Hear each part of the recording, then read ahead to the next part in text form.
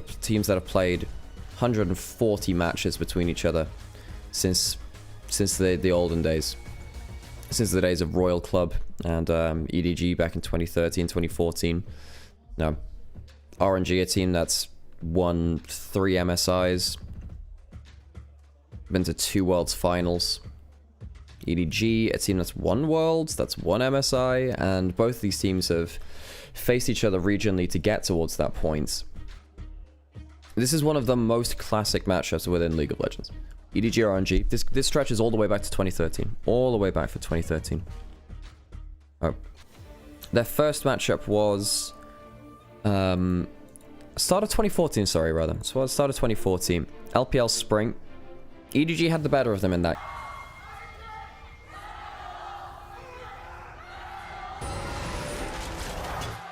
I'll tell you what, the crowd's definitely turning up today. Who cares if one of these teams might be bottom 2. RNG EDG, a classic matchup. This is the telecom war of the LPL. This is your El Clasico of the LPL. I thought Firefox was your favorite? Hey, Firefox is a very good skin. It was. I like the old Firefox skin. I don't like the new one as much. The splash shot just, I don't know, feels less dynamic to me. Level 1. Getting some wards putting bad place, and a truly crazy amount of pings put down from both sides as they both see where the wards are being put down.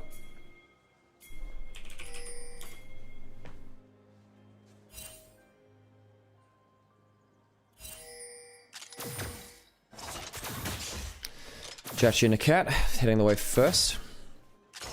Often Zyrakan don't win the level 1 push as well, because Rakan can't help the wave clear as much as some champions can.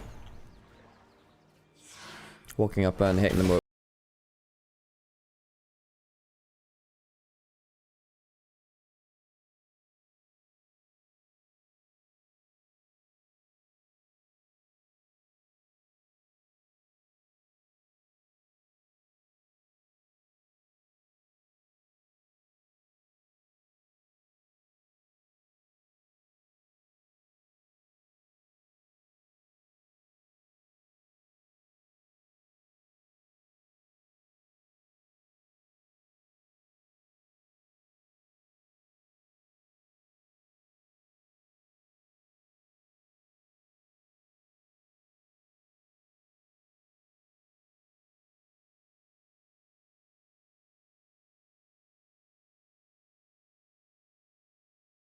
You can see, good charm to stop that last, I was about to say stop that last auto attack. It doesn't, because Tungman doesn't have the W back up for the extra move speed. Conquer on one side, Electrocute on the other. Electrocute tends to win you the early trades. Very strong rune for laning phase, and that's why Ahri takes it, of course. I think Ahri Silas is better for Ahri than it has been in the past. There have been points where it's been pretty much unplayable. Silas beats you in lane, and he also beats you in mid and late game. Bit of a problem, really. That's somehow, yeah. Wait, 2-1 already won versus DK? 4 in a row with all 2-0s. Jesus, man. 2-1 back on form, eh? Besides Faker, who do you think most deserves an Ahri World skin? Knight. 100% Knight. Milky Way's going to get contested on spot side Scuttle. W lands on Sim. Smite comes through from Milky Way. Is the Q going to get body blocked? It is. So he has to flash away, and Shao follows. Junglers getting into it. The Rakan following the Shins out and getting first blood for Xiaohe. Milky Way goes down.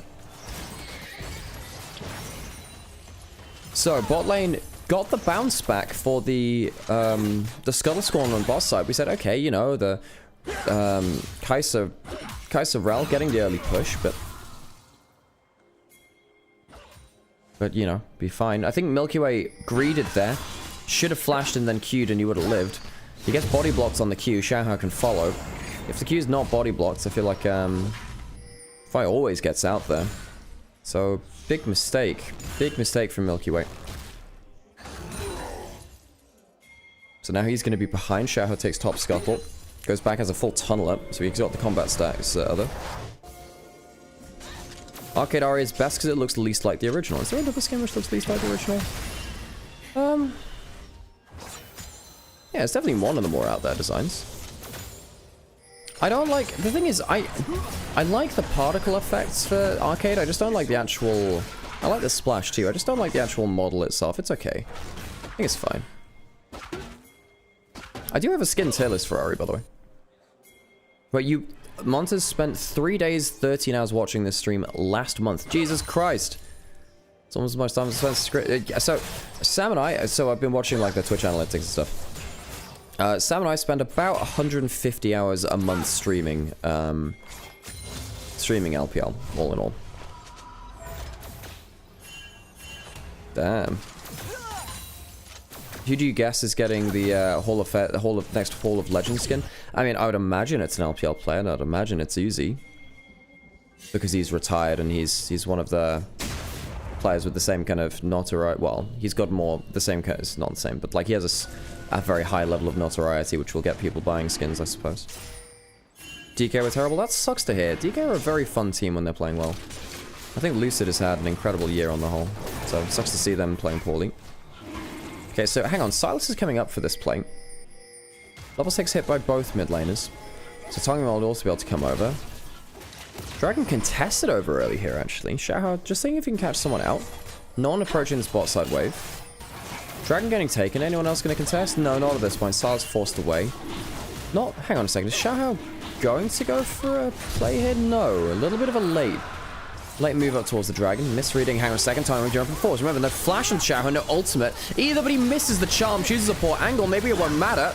Niket gets a good play in, but where's Jashi? Why are they going for this play without the Kai'Sa? 1-for-1, both junglers down. Angel steals that ultimate. Remember, Silas gets the resets now on the Ahri ultimate. Jumps once again, gets one's reset. There's 2 versus 2 left in the Dragon Pit. 2 charges left of that stolen Ahri ultimate. Can use the first one now. Can get another one with a flash forward.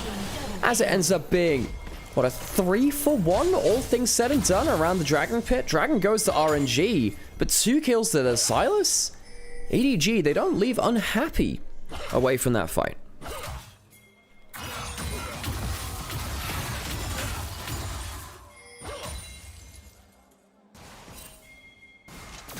Chachi's gonna head back towards the mid lane now. Big early skirmish. So Dragon goes down. Xiao has no flash, he's in the pit. Tongue makes a mistake. If you fire out your charm angle here, they can escape in those angles. If you ult it here instead, they can only dodge in that way. Tungwin choosing a wrong angle, maybe afraid of getting engaged onto himself, but not giving him the best chance to hit the charm and walk away with an easier fight. Angel then gets to, you know, use the Ahri ultimate in a very effective way. Keeps him in melee range, keeps him auto-attacking. Well played there from Angel to mop up the fight. If Tungwin hits that charm though, I think chain things do change quite a lot. Have Rod of Ages being built up by the Silas, FYI. He does enjoy the extra level. He doesn't have flash now, nor does he have an ultimate to use there. Can he take the Magnet Storm maybe? Doesn't have his ult on cooldown actually. Gets out alive, surprised at that one, but the Catalyst giving him the 350 HP will help. Comes the Scion, Milky Way. Jumps into the knockup there, but he does have the shield now. Knockup coming through from Xiaohao, goes on towards that Rel, and the cat goes down very, very easily. Not really sure what the plan was there. Is EDG picking up more and more kills, and RNG can't afford to let that many bits of random gold go over to the side of their old enemies. Becomes very unplayable very quickly if that's the case. If Silas gets super fed, I think your mid-jungle 2v2... Ooh, very close on the cancel on that charm with the E. Do you think the Rod of Ages build still has its use after the nerfs, like into tanks? I mean, yes, it's normally... The thing is now, if you want to be tanky, you can just build the Catalyst. Talia's doing this already. Like, if I'm playing Ahri, I don't think... I mean, I didn't go it in the first place. If I'm going into, like, a very heavy burst comp that wants to dive me, yeah, I guess that's some value. But you can still go, you know, Leandri's after Malignance, which is a better tank killing build. It was a favorite of Knights last year. He would go for the Malignance Leandri's a lot last year. You don't have to go towards the Rod of Ages to make that build good. In fact, I kind of prefer building this Leandri's anyway, because you lose so much ability haste going towards the Rod of Ages. You get very little out of that. None, basically.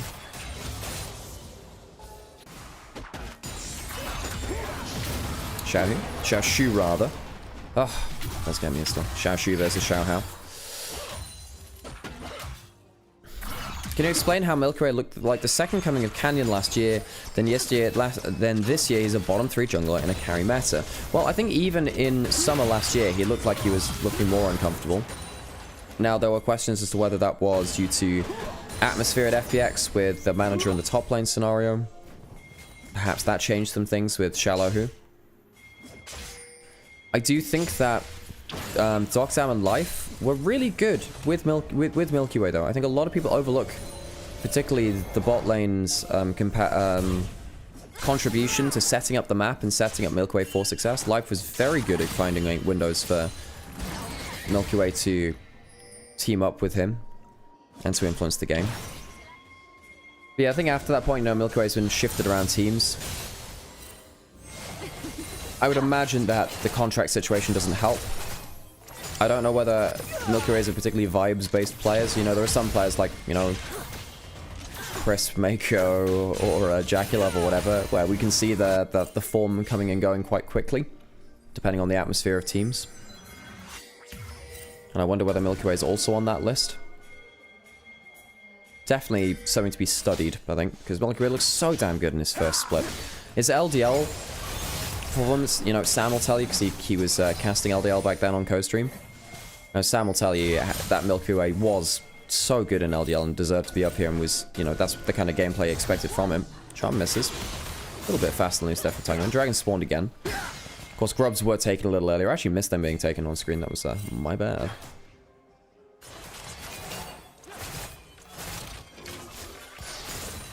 Milky Way was amazing LDL. Oh yeah, Blade would have seen a lot more than that, because you were modding Sam's chat a lot, hanging out Sam's chat a lot back then. That's so many pings around the dragon. And that means we're probably getting a contest, doesn't it? Angel, does he have an Ari ult to steal again? Which ult does he want to steal? I mean, it is the Ari ult, really. Fire ult's also not bad. The Ket goes in, tries to catch out on before anything big happens. The Shenel's coming in, trying to get himself into the play, but the Science here as well. Xiaohao going to get ulted onto by the Vide jungler dead. However, on the other side, Ari ult starts to get resets. Xiaohu's left alone here, gets the taunt over the wall. Already 2 for 1 in favor of EDG, likely to be more to the side of EDG. Arn trying to get some damage in and will do. Ari, no more resets left because he's dead. Angel jumps forwards, gets another kill. Milky Way will go down. Jungler for jungler. Milky Way, no Q left. Angel will get one last reset, and the Silas is getting so much value after the stolen Ari ult. So much value. Just using the ultimate better than Tongyuan can do himself.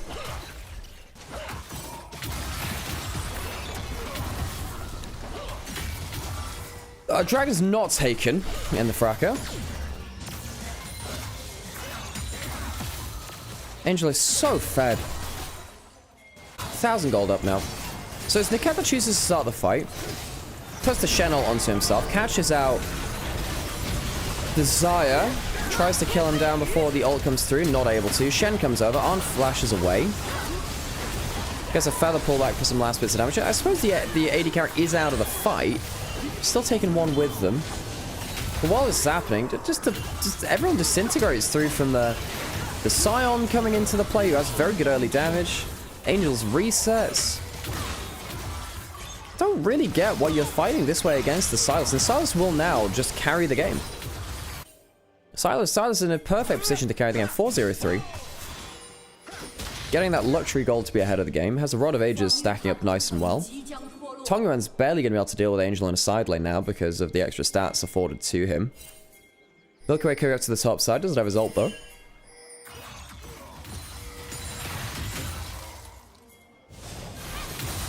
Q into the side lane. Angel, a little bit far away there. Now, can steal the ultimate. We'll get the W on target. Good damage. Has the E. You have members coming over. That's why he's standing and fighting. Hits another E on target. The Q hits from the Ricard, and Angel ends up... Hang on a second, but what? Milky Way! What? Milky Way! What happened? Shaoxi misses the taunt as well. Niket comes up to the top side. That's a Q is in question, not a Q is in Vault Breaker. Angel will flash out now. Jiachi going into the backline. Doesn't get the kill! Even with the red buff, can't burn him down. Xiaohao will take 2, take 3. A triple kill to Xiaohao. One of those superstar rookie junglers that made his way into the LPL just before Milky Way. Gets himself a triple kill in the topside fight. Easy to forget that behind Milky Way, before him, rather, there were players like Xiaohao that made his name on weaker teams and became a hell of a player to watch. I remember in 2023 on LGD, he went on a 7-match loss streak, but he was trying to carry that team by hook or by crook. When he finally won his first series, he broke down on tears on stage. It meant that much to him. He's been a hell of a player, Xiao Hao. On the other side of the Rift of Milky Way, of course, has gotten international recognition. Right here, though, it's about the world finalist Angel from Suning in 2020. Knows his teammates are coming quicker. Use that Vi ult to get a bit of damage down. Gets the W up. Stacks his Conqueror. Gets another W cooldown through. Wink gets to play off it too. But what is this Q? Like, why did you ever think that was going to work? After understanding the situation, we would like to clarify Milky Way was not negative gaming. It was a normal Summoner's Rift experience. Great swords. A top tier reference there. As they don't even get Angel at the end. He's got too much HP. This is the problem. Trying to take down the Silence when he's ahead of the game is a real pain in the ass. Has extra stats, extra cooldown reduction for extra Ws, extra HP to survive through to the extra Ws. It's a bit of a problem. Look how much HP he's got. Fight down the river. Angel hits the E. Could steal the Magnet Storm if he wants to keep it in place. Magnet Storm now used from the cat. Takes it back. Right, Tonga coming in. Charm Flash. Maybe this is enough to take out the Silence. He has another W. Can't quite survive through it. That was the gold shutdown. Goes to the shed. Maybe a little too far now. However, the extra damage.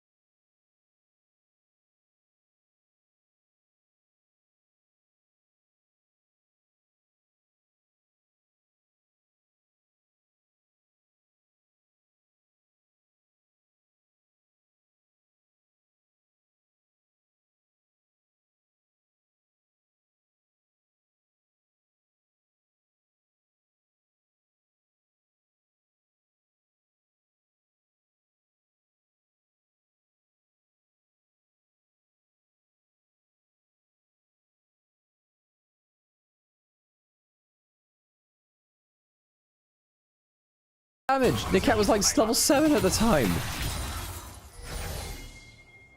Angel stealing the RL again, has Riftmaker now for those extended plays and the extra HP.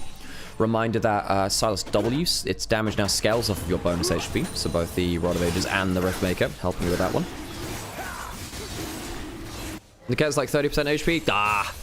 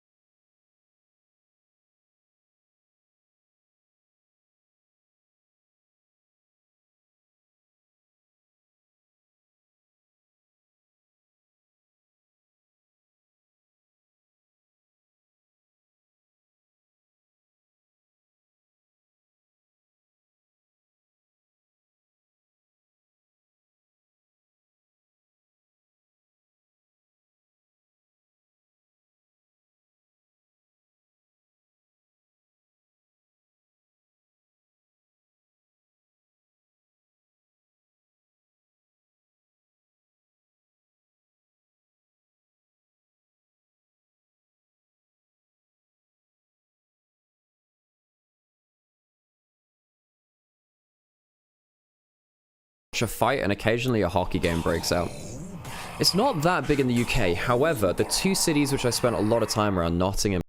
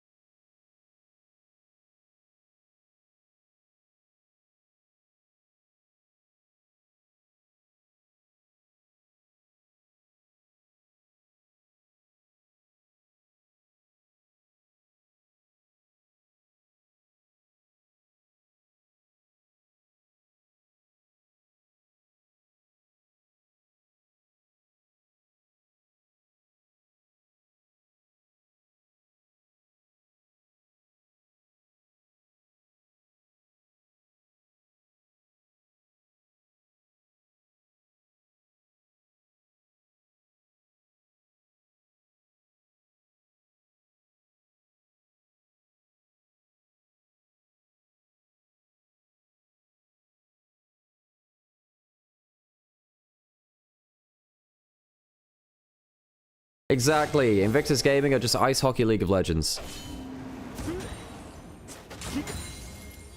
To be fair, normal rugby bores me. Rugby League is my sports ball game of choice. I mean, Rugby League, it bores me because you don't get to play around the breakdown. You have uncontested scrums, uncontested rucks, which I find like, it feels like kids rugby really to me. But then again, Rugby League is very, very big in Australia, and it's much more attacking rugby and stuff because you have limited time to use possession. So I do understand it that way. It's better running rugby. But if you want better running rugby, you go watch Sevens instead of League. Oh, E used on top side. Angel gonna get damaged by Milky Way. Just have that 2 items, doing some decent damage here, but you are against the Silas. Teleport and response. Milky Way didn't have the ult to pull the trigger there. CDZ, hang on a second. Gonna use that ultimate. He's coming forward. Zyra Khan roaming up to the play as well. And Xiao Shu is going to find the whole bunch of them. Yeah. Shen's gone. The freight train strikes again. Q lands onto Niket. That'll lead to the CC from everyone. Bloody hell. Where did he go? 1 and 6. Niket has been stricken from the records as EDG and Xiao Hao. A combination which have stuck together as a duo for a number of years at this point. 3rd year playing together. Find themselves a wonderful performance here in game 1 versus RNG. Charm stops out that E from landing. Xiao jumps forwards and Jachi almost gets obliterated. CDC trying to finish it off. Jachi will survive for now, but not with a great deal of anything to turn back around. He can't even walk off that fountain. As game 1 goes to EDG, RNG cleanly wipes off the rift. The oldest riot mid. I can't imagine the Rumble being that good into the Talia. Cassante now locked in towards the top side because it's very likely to be that on top. The Renata can't go anywhere but the support role. Really, who's going where? Is this on mid? Is this Rumble mid? Is it Rumble jungle with a Viego mid? That's probably the least likely of the options I've just been saying. So it's Varus Renata bot side. Other side standard draft. The Cassante being a front line. So it looks like it's Tungman playing the tank on mid into the Talia. Okay, alright. Alright, on mid. I was a little bamboozled there. I suppose with the Cassante being locked in, Rumble destroys that matchup in top lane. And the Ornn does whatever against the Talia. The Ornn...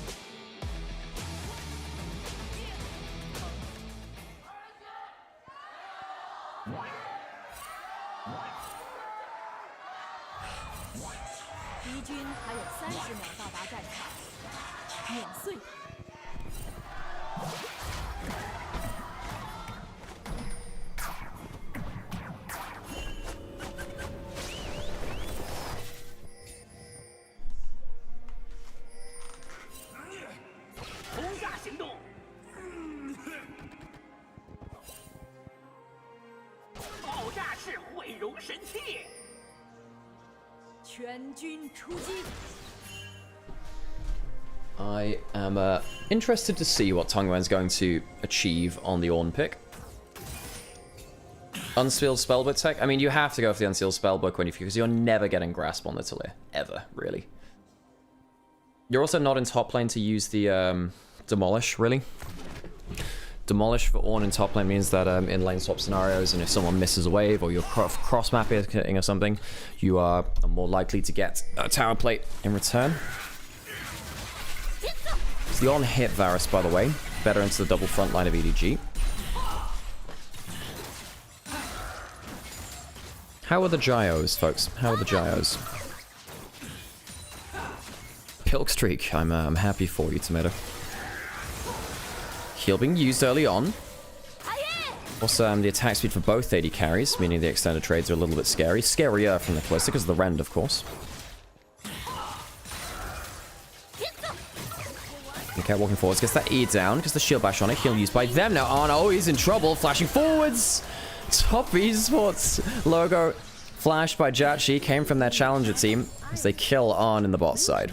2v2 working out really well. Turns out Varus Renata also a strong laning duo.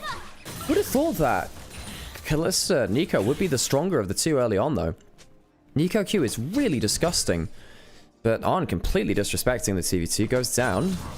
Last time we saw an Ornn mid was by Yuakai by IG in 2022, long time ago now.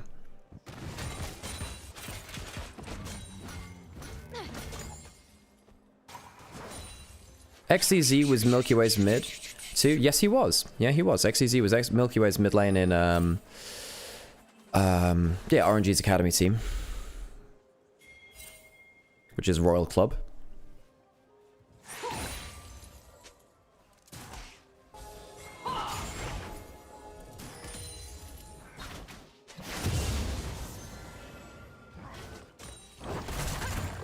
And Taiwan gets the knockup. Milky Way's coming into the mid lane.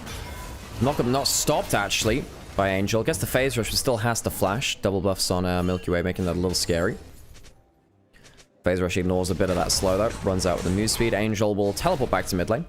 Good summoner blown there, though. Better early game already from RNG, who'd had a difficult early game in game 1.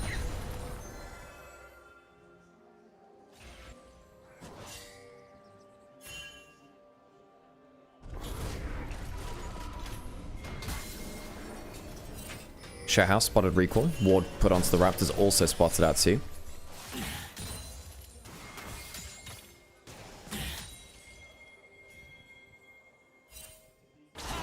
Gotta say, Varus' auto attacks are very satisfying.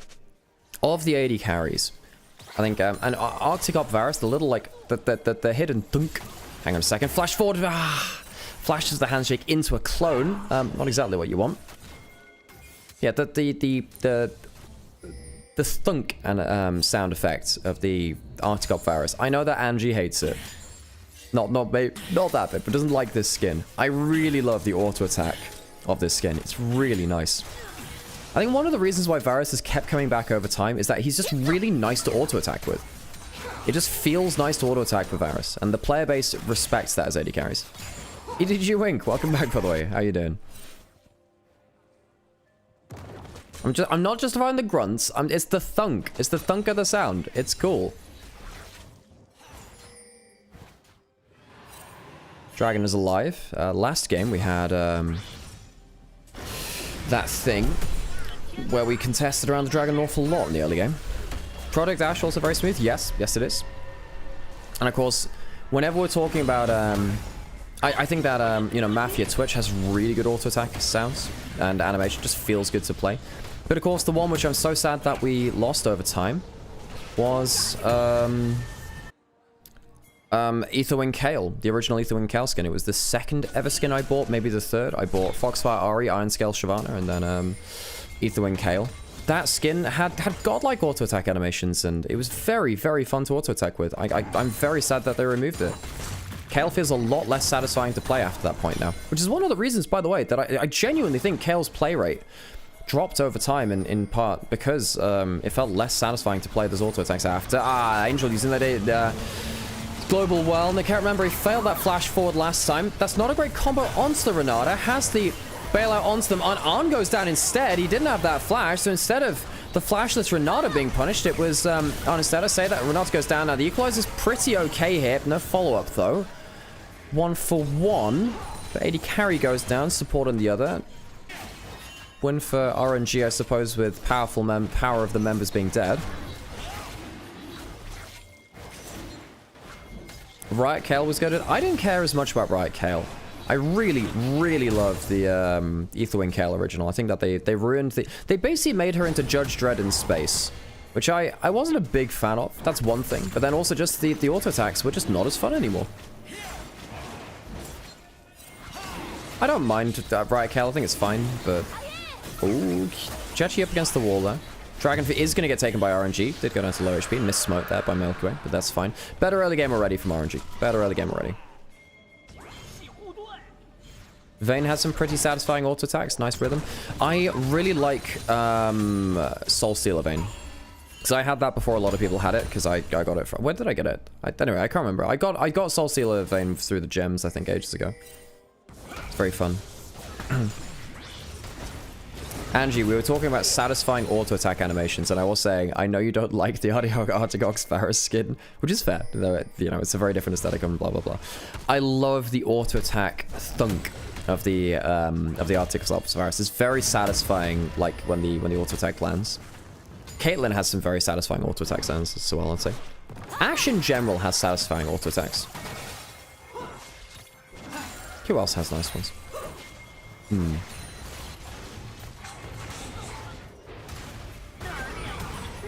IG Kai'Sa, there's a reason why all the pros use it. Now, I actually use the Lagoon Dragon because I really love the color scheme of the skin, the base one.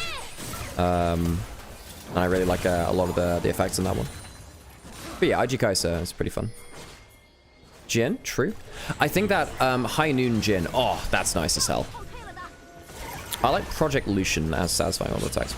Grubs are getting started up, EDG moving everyone towards the top side of the map. There's in fact both teams moving everyone towards this side of the map. No, what is a cross map? Cross maps are for cowards. Let's go fight. Has everyone got ultimates available? No, we don't have the hostile takeover, and we don't have the ult coming through from... the ult goes into the clone. Unstoppable is EDZ as well. He has a flash. The EDZ tanks up with everything. 2 grubs go... what? Huh? How did Shower get that one? Okay, he didn't get the last one. I saw the icon come up that Skarner had taken grubs. It's 2 for 1. It is 2 for 1. RNG getting that last one. Tonga goes unstoppable through the Talia shove. So EDG do get away with 2 grubs. They get a lot of ultimates out of RNG for not that much value. See, by the way, Wink has now blocked a flash handshake and a Varus ult with his clone so far. The Nico clone value has been absurdly good. Wink getting some good value. Kedril just fell for the same thing in an LCK thing. Well, it's what shows up on your screen. It's like the last grub is taken. Wow, one team's taken it. No, it means they've taken 2 out of them, I guess. I love you, High Noon Jhin. The High Noon Jhin was basically his base concept, wasn't it? No, they were thinking about making Jhin a you know, just a cowboy straight up, like the cowboy, kind of like the bad cowboy. So High Noon Jhin, there's a reason it fits so well. It's because actually that was their initial idea for it. It's a very good release skin, actually. Not everyone gets a good release skin, but Jhin really did. The auto attack after Victor Q is really nice. It is. I prefer the old Q. The new sound effects just don't do it for me that much. It shows up at 2. Right. Okay, Blade. Good to know. I thought it... Because right there, I thought it showed on the 3rd grub being taken as the thing. Felt like it did anyway. Yeah. It got me, it did. So, 2 minutes until Dragon spawns. 1 Dragon to RNG.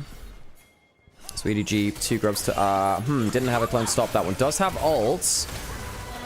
Callista saves them instead. Good communication from Arn and Wink to not panic. Don't panic.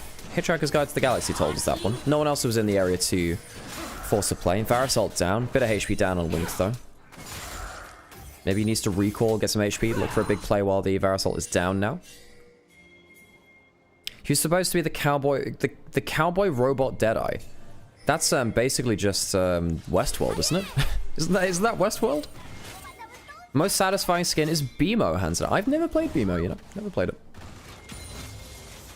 Angel, getting a bit of help from Wink to clear out this bot side. Where's that clone going? Ah, I found some enemies. Thank you, clone.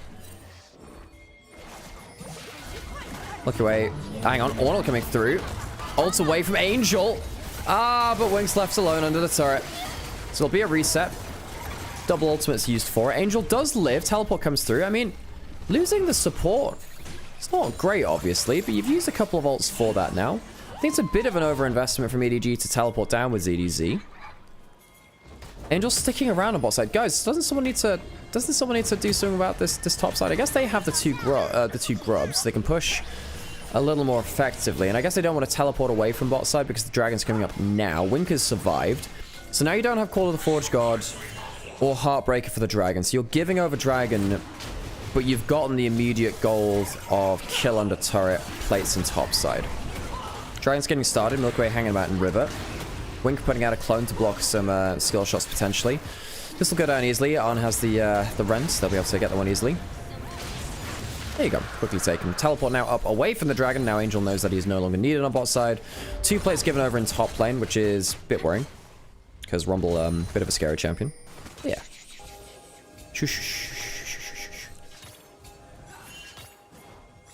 How far has RNG fallen? Very far. Well, at points they're the best team in the world, right?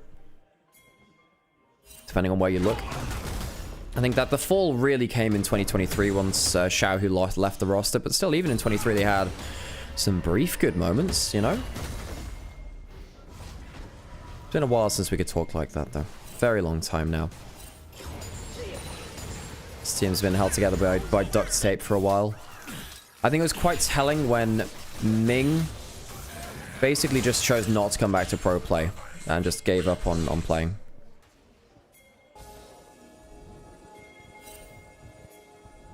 Breathe good moments? Yeah, Breathe had some very good moments.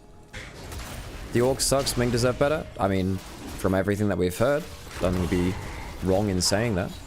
Milky Way taking top scuttle. Herald spawning in 2 minutes. No teleport from ZDZ, so EDG are going to be playing quite defensive on top side. Xiaoshu could answer with an equalizer. Has those, it's quite close to his Leandries, of course. I still remember RNG just because of Uzi. Yeah, I mean, same. I mean, Uzi Tabe bot lane for Season 3 World Final, same with Season 4. It's a hell of a time that was.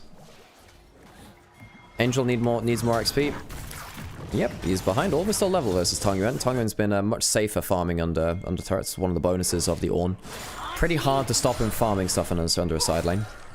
So you can't kill him that easily.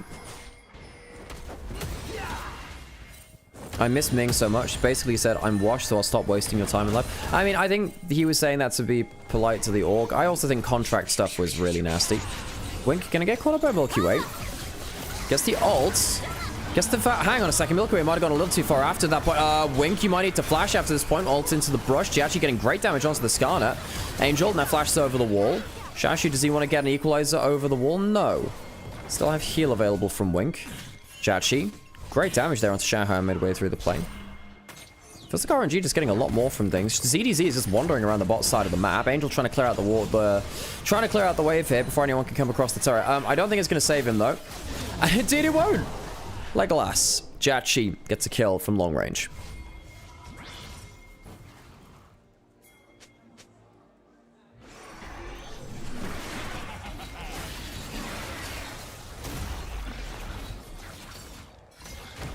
Herald now started by RNG. ZDZ was not able to play around topside. We said that in the lead up to that play. Hey, EDG playing defensively around topside. No teleport on ZDZ. You can't join the play.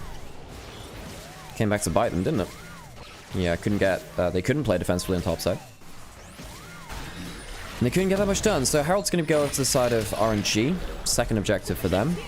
First turret going to RNG as well, which means they'll get the feats of strength. Significant gold lead. Skar's coming down towards the bot side. There's no ult for Tongyuan, but he does have flash.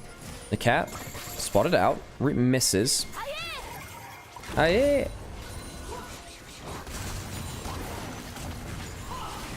Who else is on bot side now? Not Rumble. Doesn't have that teleport. Hostile takeover.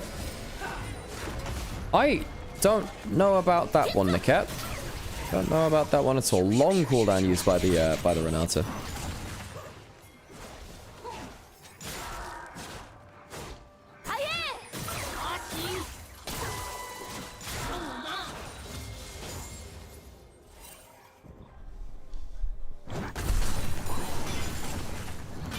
Seraph's completed for Angel. Doesn't have the Liandry's yet. 1,000 gold behind Tungyuan.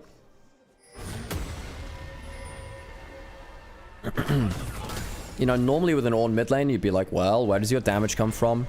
Are you going to be in trouble if the Varus gets exploded? But, you know, you have a Rumble top lane, you got a VA, you got to reset. I think it's completely fine in this comp. It's a good Ornn mid, actually, angle. Very good Ornn angle. Gives you a tank where you wouldn't have had one otherwise. You don't have support, you don't have one in jungle or top lane. Ah, really missed on Tungyuan. He needs to be a little careful. It misses the knockup. We're just singing his praises. He's gonna go down easily. Who do you give the kill over? Give it to the Talia. Feels nice for them, actually. Angel was behind 1,000 gold. That cuts that to 300. Angel thinking a lot better about things now.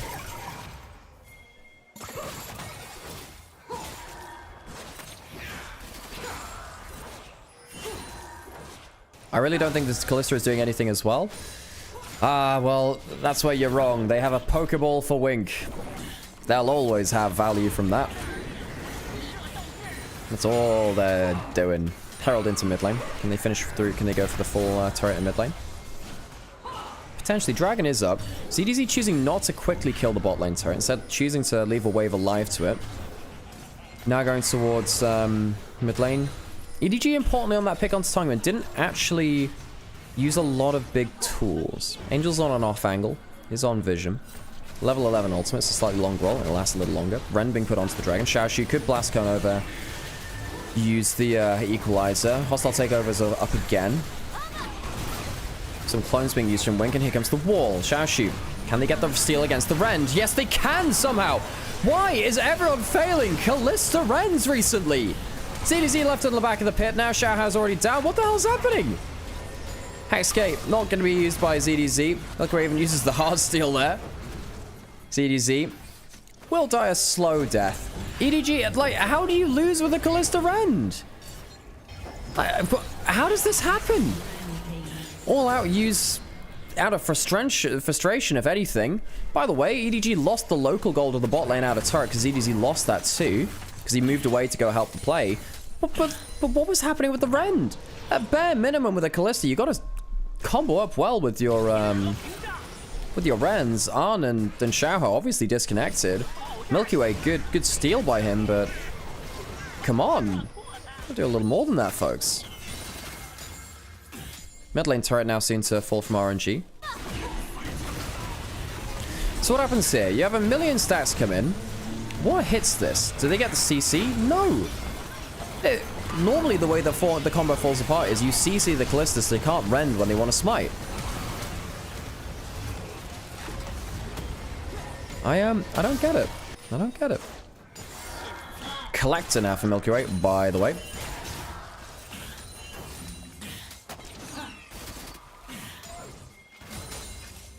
$1,000 gold lead in 80 carry. At least it's even in gold for Angel now, who can get closer towards the Liandry's. In fact, does he get it on this back? No, probably not. Haunting guys. Some damage, I suppose, but not that much. Once he gets Liandry's, maybe EDG can fight again. RNG have been pretty good at forcing EDG to lose things across the map. 2 dragons now for RNG with that last steal away from that. Nice for them. Ward on this, they'll be spotted taking it. Do they carry on knowing they're spotted? Yes. Getting shredded by the Atacans. They do get their resist reduced. Xiaoxu can come over and use that equalizer very effectively here. Arn stood outside the pit, but taking a lot of damage from that max range, the Atacan. Arn is in a bad spot. He's in a bad place. I mean, Tribrush, not a mental place. Ren stacks have fallen off. Arn spotted now. I mean, Arn! My dude, that's not a safe place. Equalizer, Call of the Forge God. That Pop Blossom means nothing. It's a party popper for RNG. 2 kills go the way of RNG already. A third one gonna happen afterwards. Another reset. That Atacan absolutely sucks. And RNG, they pull the trigger, they manage to find them out of position. It's a full team ace, they'll get the Atacon afterwards. But what were EDG doing with that? Teleport into the mid lane. Tongyuan will take the Tongyuan will be able to take the mid lane out of turret. Atacon 2 at 5 kills. This is going to a game 3. This is surely going to a game 3 now. 7,000 gold lead. In a turret, out of turret taken in mid lane and bot lane. Over 7,000 gold lead now. Feats of strength. Atacon. 404 on Viego. But what the hell were EDG doing taking that Atacon? Especially with Arn's positioning. I just don't get it. I just don't get it.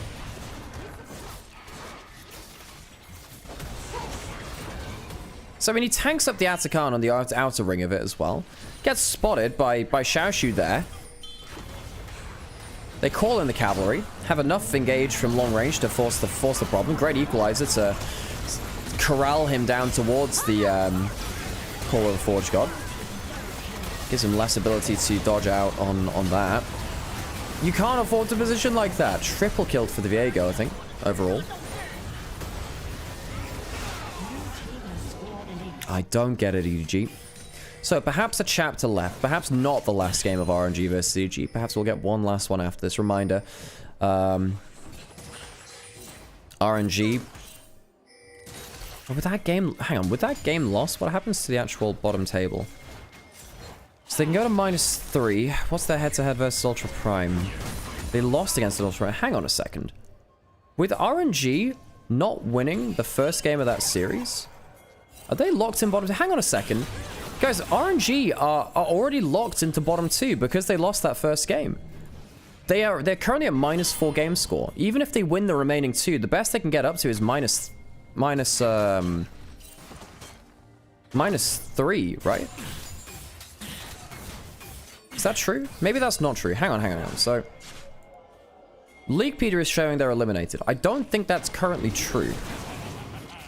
If they win the next 2 games, do they go up to -2? Ultra Prime would have to lose 0-2 to go down to -3.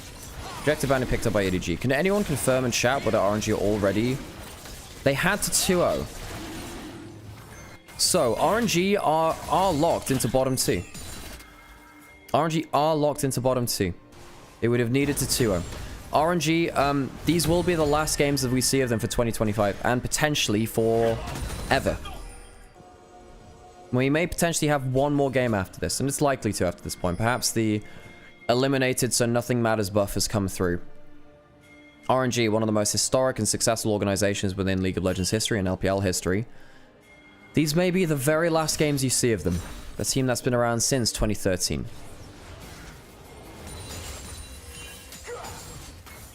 It's a shame. It's a crying shame. Yeah, they lost the head-to-head, Frank. Yeah. They lost the head-to-head. Oh, God, that's a lot of damage. He'll go down. The orbital laser strikes. How many games have RNG played in their career? How many games have RNG played? They played an awful lot, they have.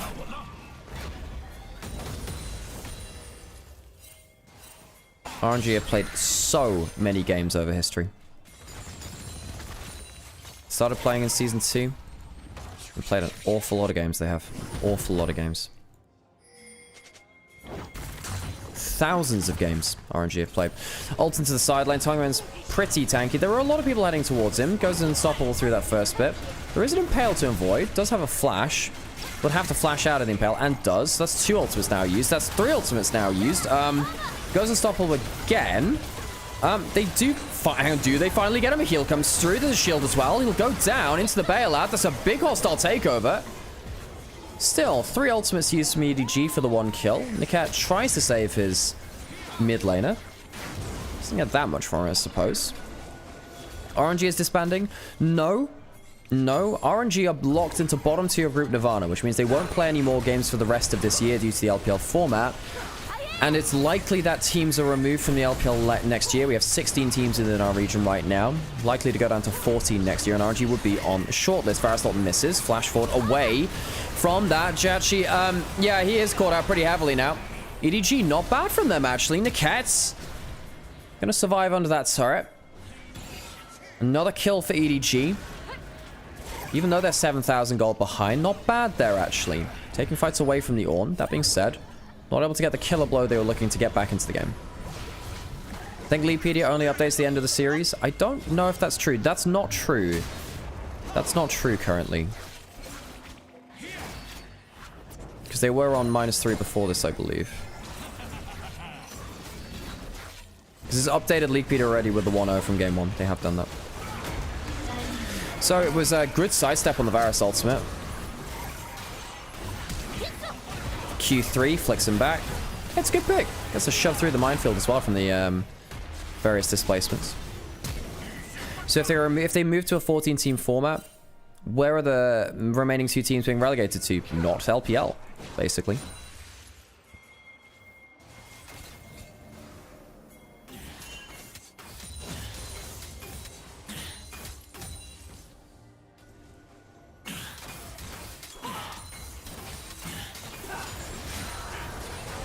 Ult's coming through again. Global from Angel.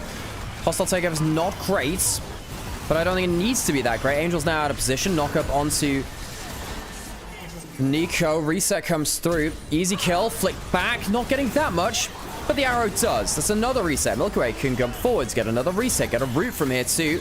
Yeah, the Viego's really popping now. 3 in the fight. And RNG not wanting to go quietly into the long night. They will be heading to that long night, but I want one last hurrah. One last hurrah.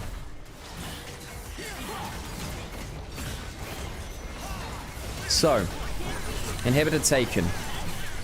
2 members alive from EDG, 28 minutes in. Do RNG feel like they can end? They have tanks to keep things up. The Impale does drag 1 back. Doesn't look like it's going to get that much, though. Does the Impale get much on the wave? No, Milky Way able to tank up. They will get 1 tower. Don't end the game, though.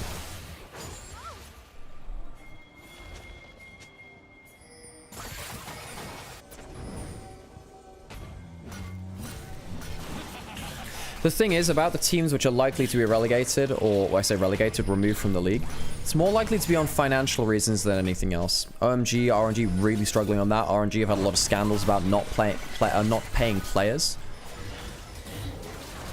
Dragon started. EDG.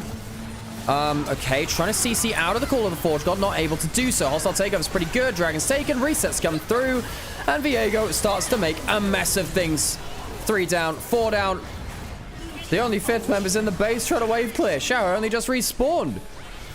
Not able to do anything around that fight. EDG get obliterated around the dragon.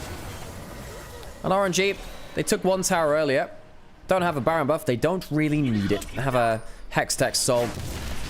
And EDG RNG, our El Clasico, our telecom war, our marquee matchup for over a decade, will go to 3 games, perhaps, for one last time. I don't mind that. That does help. Can struggle versus the Corki at some points. Severe locked in last pick for Jachi.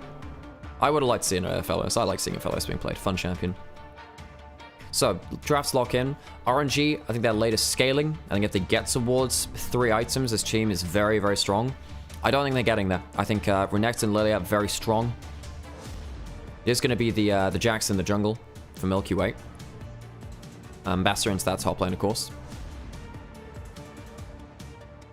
Wait, hang on. Is that actually going to be Ambassador jungle? Surely they switched that.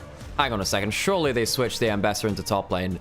I've not seen Ambassador jungle, but surely that's last game of the year? Is that not updated? They had a little while to change things. Is that actually Ambassador jungle? I've never seen that before. Let's get into game, folks. A world first Ambassador jungle game.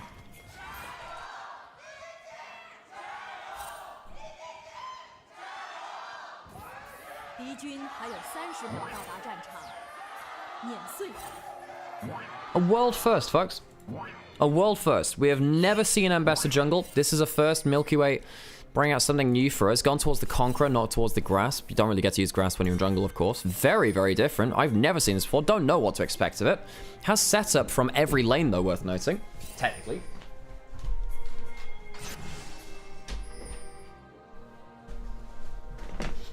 But yes, I do watch LCK. I mean, back when I started watching League, LCK was my main league. I used to watch a lot. I was part of the OGN Legion. Is VCS tier 1 play? No, it's not right now. No, it's not. RNG, potentially their last game ever. It is their last game of 2025. They will not play again this year. They are mathematically locked into bottom 2 of Group Nirvana with OMG. So OMG and RNG, 2 of our very oldest teams within the LPL, both locked out of remaining games of 2025. They will not play in Split 3. They will not qualify. Not be in contention to qualify for Worlds. Unlikely to anyway, but still. Arn and Wink getting control of the wave early. Pulverize comes through. Aftershock was brought in from Wink. Was activated from Wink. Eclipse, Cyclo Sword, Cleaver, Sterix with Mercs. Thanks me later. Well, I don't think he's going to get that many, I don't think he's going to get that many items. First ever Ambassador Jungle in the LPL. Okay, well, I think it's first worldwide, isn't it? I believe. I don't see any on the, I don't see any on Leaguepedia.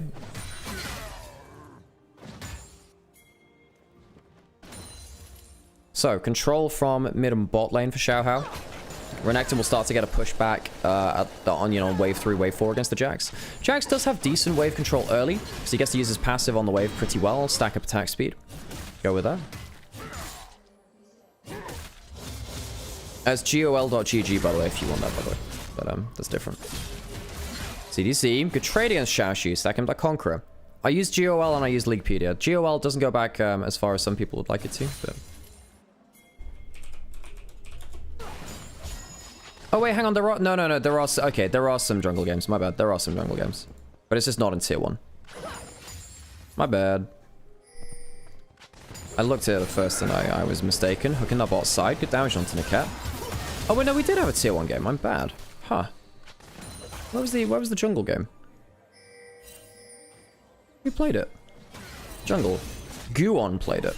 In LCP. So it's been played once in LCP. I'm lying to you. Okay, there's one game of it in LCP, my bad. So LCP is actually tier 1. I just didn't click the right button. Milky Way does get the milk. Does get the Scuttle Crab. Probably so. Now he might have to flash out, though. Doesn't have enough ability. Milky Way goes down for first blood in his first game on the Ambassador.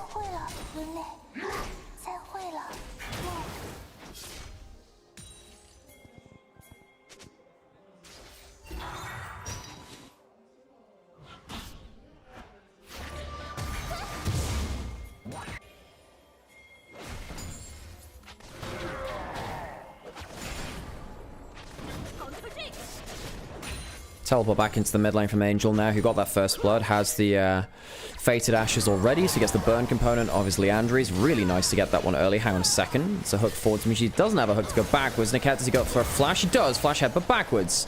Wink. Now he's very far out. Dodges away from some of the damage from the Ambassador, but can't hook to safety. Decent damage back from Arm, but he's out of mana. Ignite was dropped. Can he flash one last auto? He can. Is there any remaining damage? Does get the presence of mind for a little bit of mana back off the kill. Xiaohao doesn't have the flash now to do that much more. Milky Way's actually getting some decent damage going forwards. Does he have any more cooldowns? He does. Milky Way showcasing he does know the damage limits on this champion. Stacks up the Conqueror. Gets great damage back. 2 for 1 on the bot side.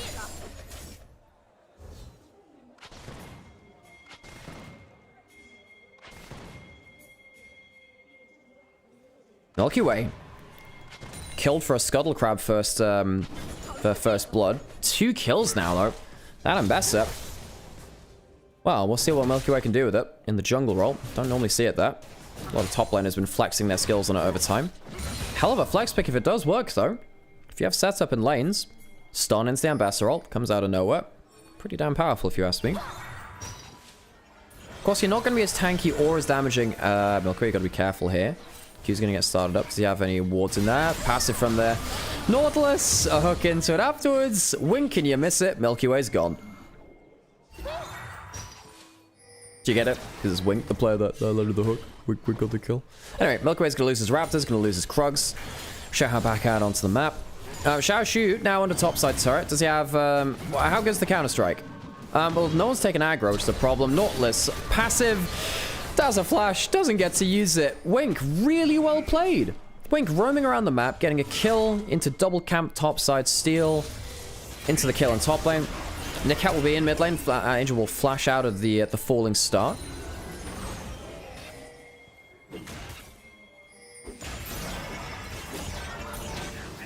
I didn't get it until I explained it. That's why I got to explain it, you know. I got to explain the jokes. If I didn't say, Wink, and you miss it, oh, it's actually because there's a player called Wink on EDG who then just participated in the kills, you wouldn't understand. You know, I like to educate my audience, give you the best viewing experience by helping you understand what you're missing, you know. Wink's now back and towards the bot side of the map. There is a Hex Flash available.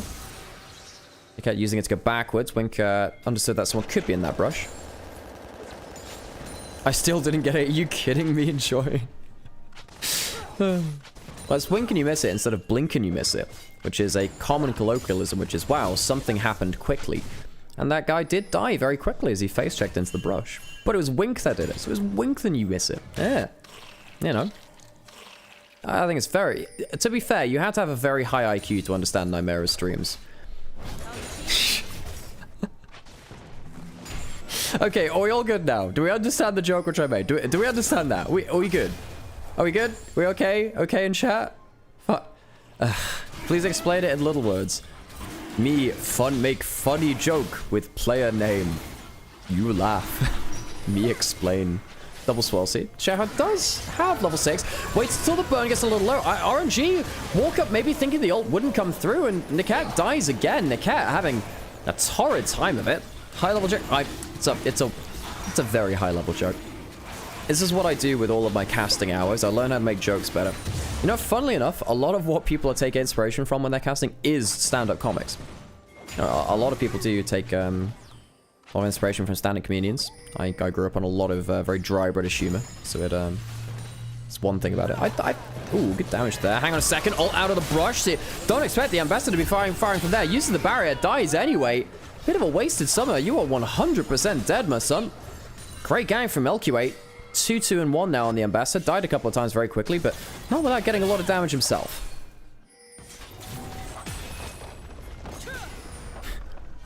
Pilko ist so schnell gestorben, dass du es bespaßt hättest, wenn du gewinkt hättest. That's...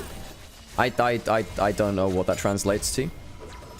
But I heard schnell, so that's fast. Canyon's playing Zed into Neferi. Oh, that's fun. I mean, it's a little bit difficult because Neferi can W through a lot of Zed's combos, but Zed's clear speed is insanely fast. Fast. Grub's now being taken. Lilia very quick at taking these, of course. Kind of forgot about that. The AP jungle medal last year was largely because AP junglers could, one, obviously carry very well with AD mids being very strong, but also clear through objectives really quickly. You could take grubs very, very quickly, whereas stuff like Xin Zhao, Lee Sin were very, very slow in taking that objective.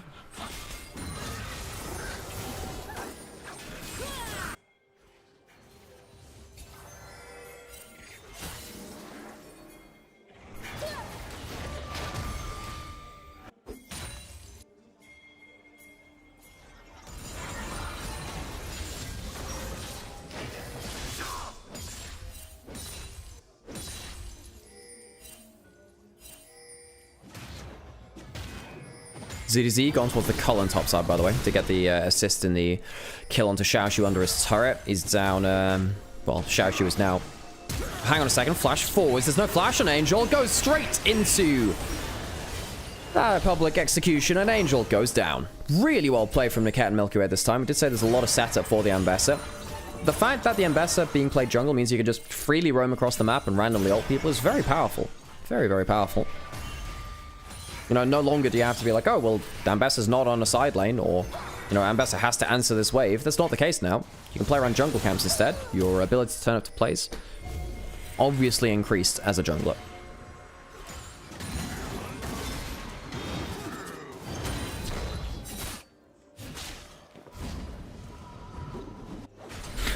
Ist dieser Kommentar nun Agentum der Deutschen Bundesrepublik? Is this commentator a citizen of Germany? The Bundesrepublik of Germany?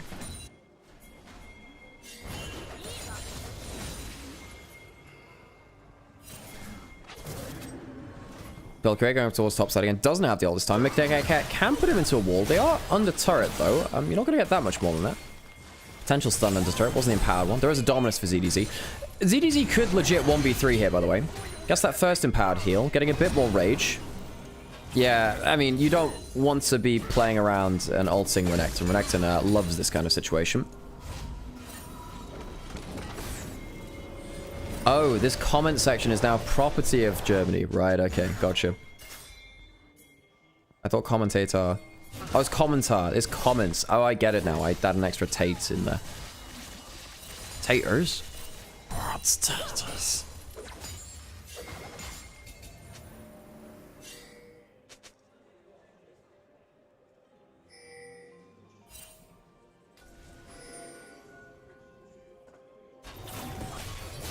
Anything up and available? Dragon in a minute.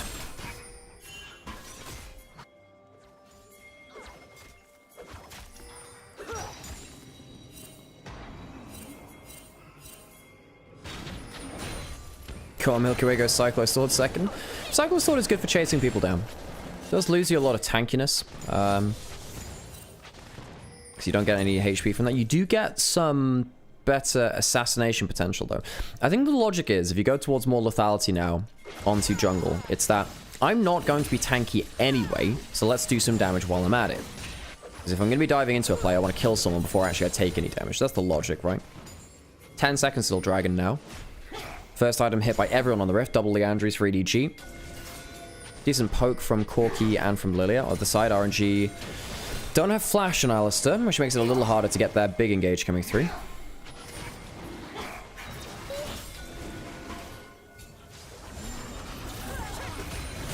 Who do I think wins? I mean, I'd say EDG. I think that getting 2 dragons here, Hextech Soul, I think they have the better early game comp. But if this game falls apart and gets to 2.5 items, I think RNG, if they're not too far behind at that point, they should win based on scaling, I think. Ah, oh, close.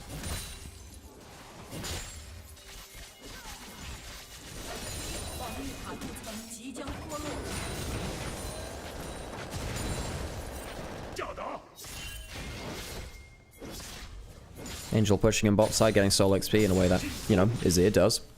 Haven't seen much from the Aurelion Soul yet. Of course, that'll be a factor later. Does have the Sky's Descent, so the big ultimate. Able to put Leandries onto the whole team.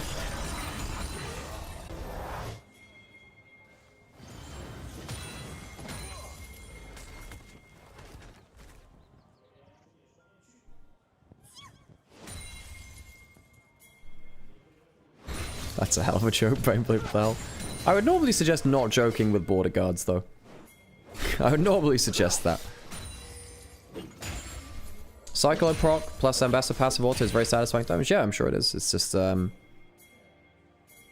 yeah, depends on the... You know, Cyclo Sword has always been pretty good on Ambassador. It's just whether she's tanky enough to use all of the stats all the time and stuff, right? Damage is good, but you gotta be alive to do it. Ambassador doesn't normally lack for damage, it has to be said.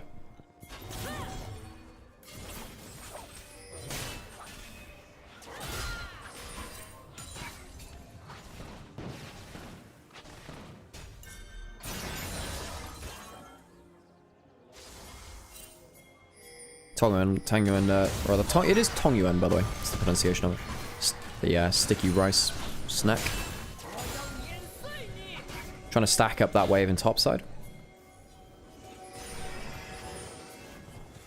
Probably got shit Cleaver or Shojin. I mean, yeah, Black Cleaver on Renekton or... no, not Renekton.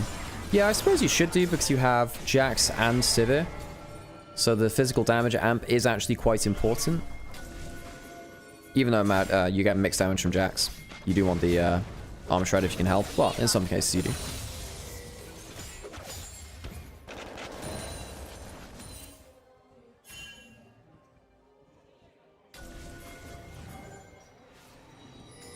Ooh, not bad Swell Seed there, actually. No follow-up, though. Not in range to follow-up.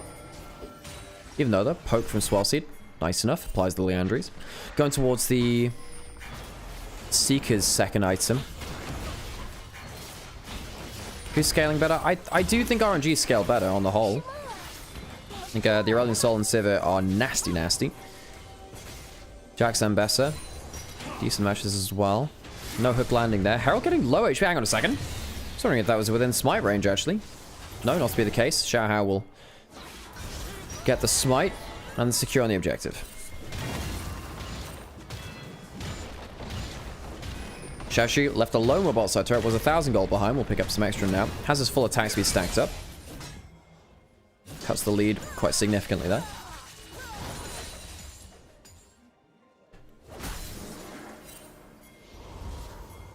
Milky Way taking Gromp. Does he have to smite it? Doesn't have the smite, actually. When hooking into the wall. I think you just have to safely recall now. Milky Way now left alone on the bot side turret. Has flash, has ults. Has Eclipse for a bit of work there too. Nikat, some damage onto him. Nautilus ult comes through. Milky Way, CC down. Where's the Lily ultimate? There it is. Alright. Milky Way. Escaping out the back of the play. Arn flashing away too. Turret is down, so there's not that much to play around there. You can put the Azir turret, and indeed they do. Wink gets into the Herald. Doesn't get that much value from it. Actually takes some damage, but at the end of the day, it's a turret, no kills.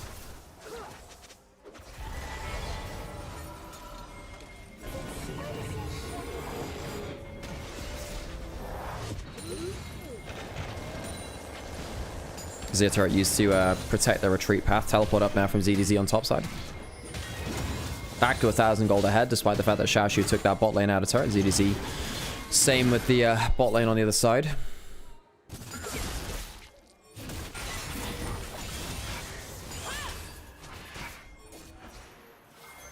Okay, using the Gust Walker to walk around the map.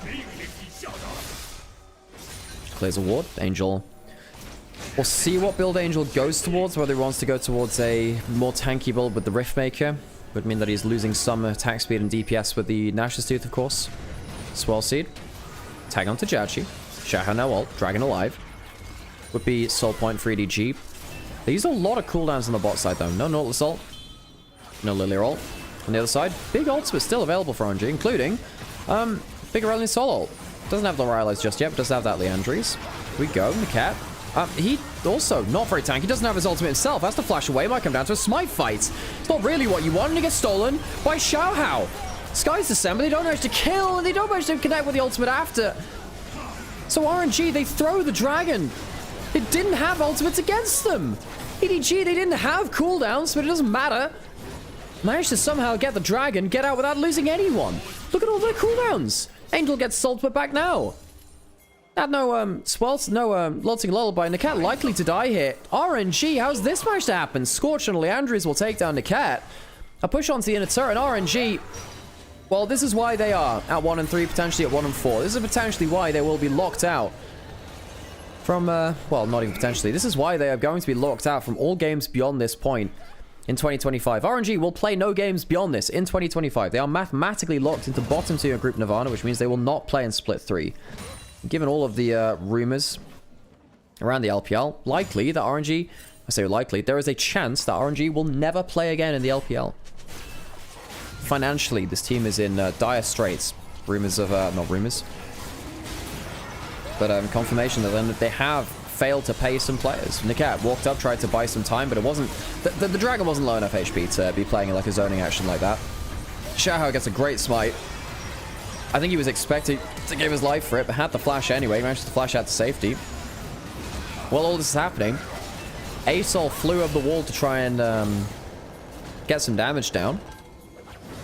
Kill off the jungler. Instead, leaves themselves out of position. Has no reset on the Astral Flight. Left away on the other side of the wall.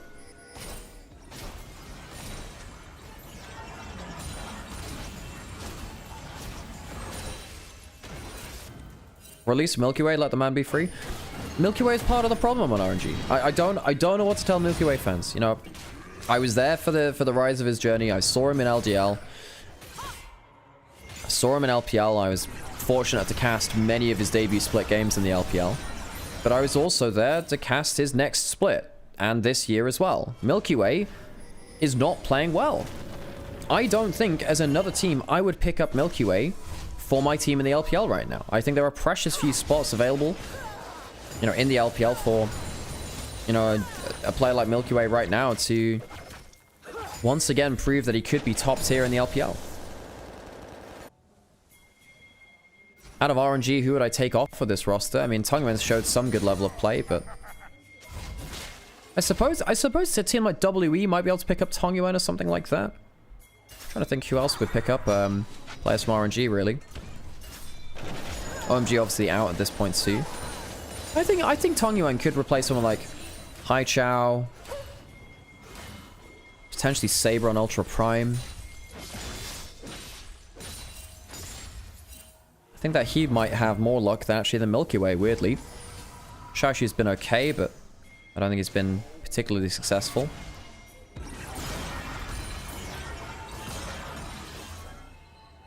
Wait, Crisp's Chinese name is Ching Song. And in Chinese, it can be a pun for easily or easy game. But it's in different characters, but you can say use Crisp's name as easy game. That's fantastic. TT Milky Way? That actually, unironically, that could work. Unironically, that could work. Xiao Huangren has been struggling. Unironically, that's probably a better shot. Who's OMG's current jungler? Beishang? Yeah, maybe, you know what? It's not a bad shout.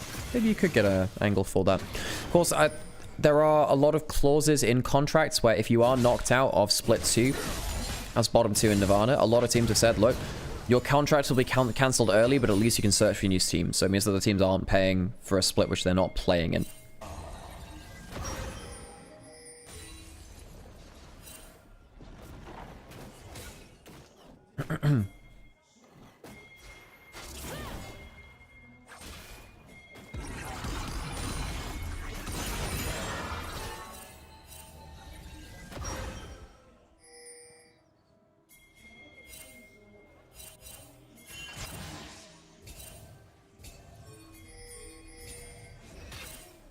So what's up now? 20 seconds till Dragon will be Hextech Soul. For EDG, does Tongyuan have himself the big ult again?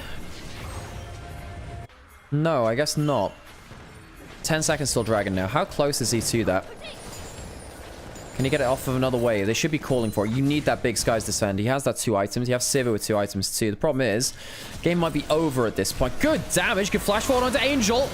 He has flash too, and here comes the ultimate. Comes through, and the Skies Descend does come through. Angel goes down. Has the rest of the damage been done enough, though? Xiaohao managed to get an ultimate. Spell shield through from the Sivir. Has to be cleansed away from all the same. And even though the Azir goes down early, jungler's down, you have no smite. Tonga's trying to get some damage in. DDZ not quite there for the power W. Can't quite close it down. Judgy tried to auto for his life, but he can't get enough damage down. RNG may have just lost themselves Hextech Soul.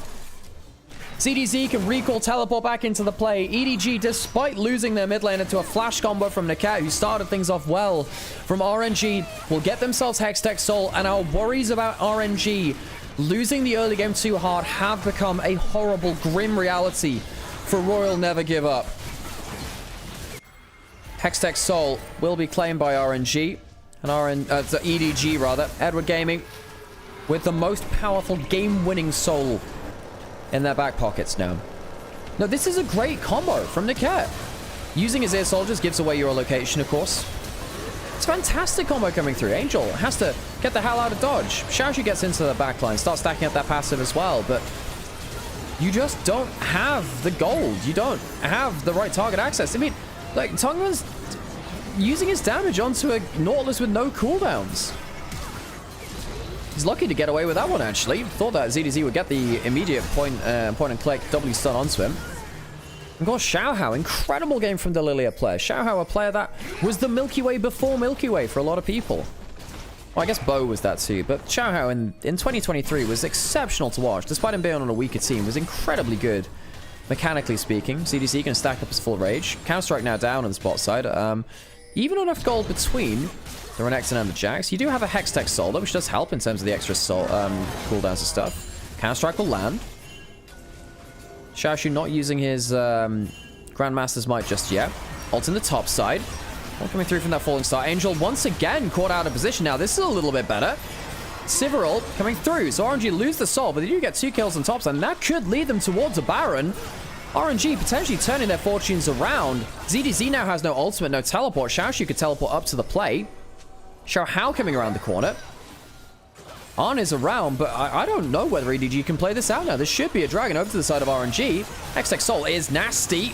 No flash from Niket this time. Pops that ultimate early. Spell shield used. Dragon, the Baron rather, will go down to the side of RNG. How do they get picked off on top side?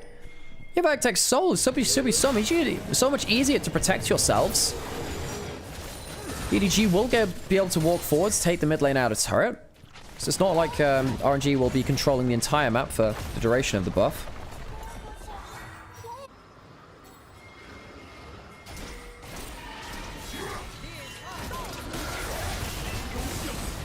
So it was clearing out vision. Angel uses his ult early. Tongan follows up. It doesn't have the big ult, just uses the small one. Just a massive overextension on top side without Xiaohao or Arn nearby. Angel being caught out twice in 2 big fights now. Atakan is being started. Baron buff being used to push out bot lane and mid lane. So RNG trading Atakan for lane push. They'll be able to get this one. 3 grubs to the side of EDG. Means that RNG have none, of course. Hang on a sec. Angel, my dude. What? I mean, at least he gets the ambassador ult this time, but Angel caught out 3 times in a row, dying in 2 of them. Lucky to survive there. Niket's had his number.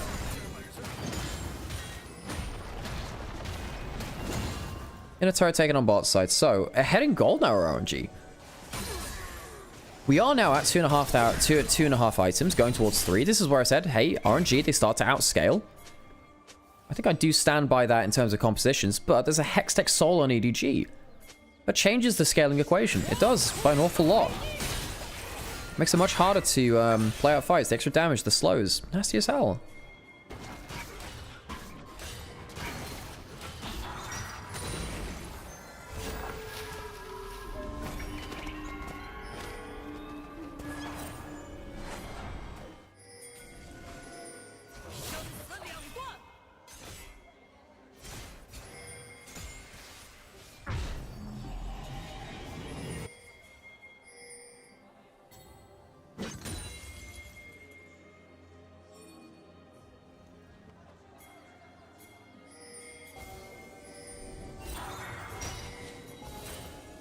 I was resting my voice and my brain very briefly.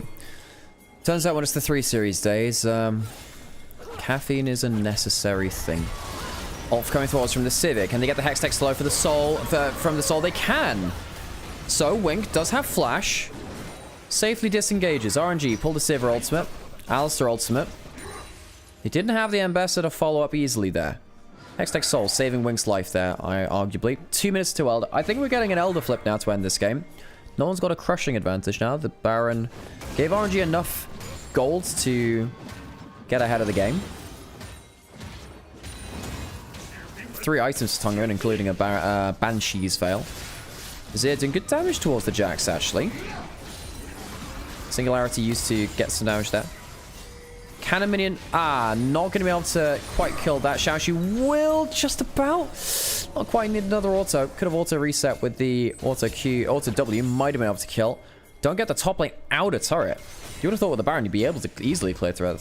What's the next series? It is Weibo versus Anyone's Legend. Weibo been struggling recently. Anyone's Legend, however, just dropped a series themselves to FPX just yesterday. FPX, a team which, they've looked better. But we didn't expect AL, who were clearly a top 3 team for so much of this split, to drop that one. But then again, LPL regular season can sometimes pull a fast one on you like that. Alright, a minute till Elder Dragon comes up. Arn on 3 items. Sivir on 3 and a bit items. That is a problem for EDG. Infinity Edge, Lord Dominus regards Yuntals.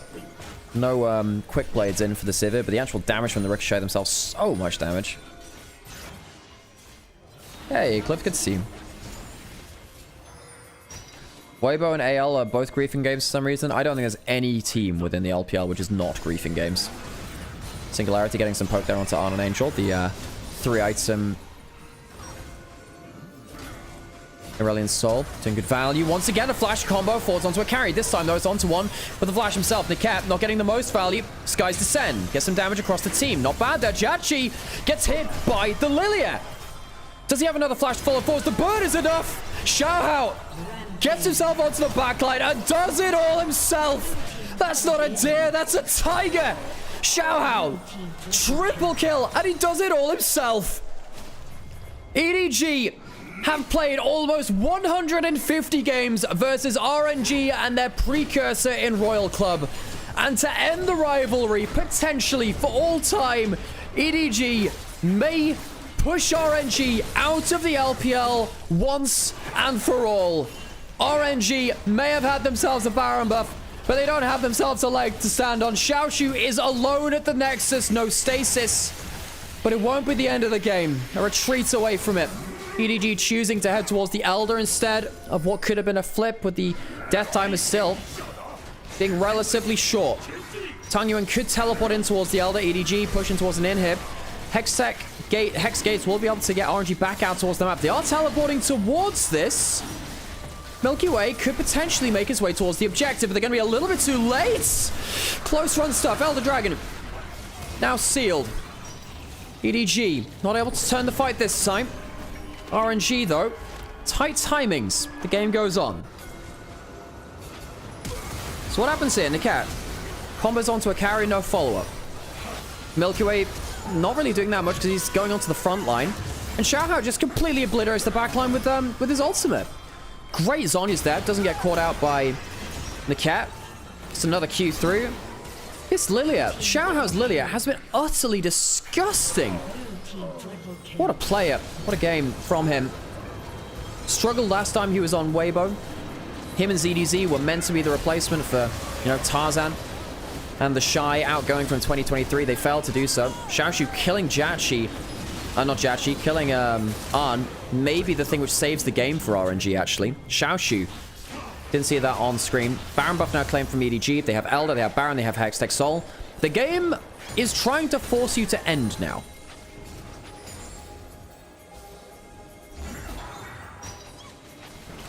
A Soul pushed out bot lane, goes for a recall. 3 grubs, 40 Soul petals from EDG.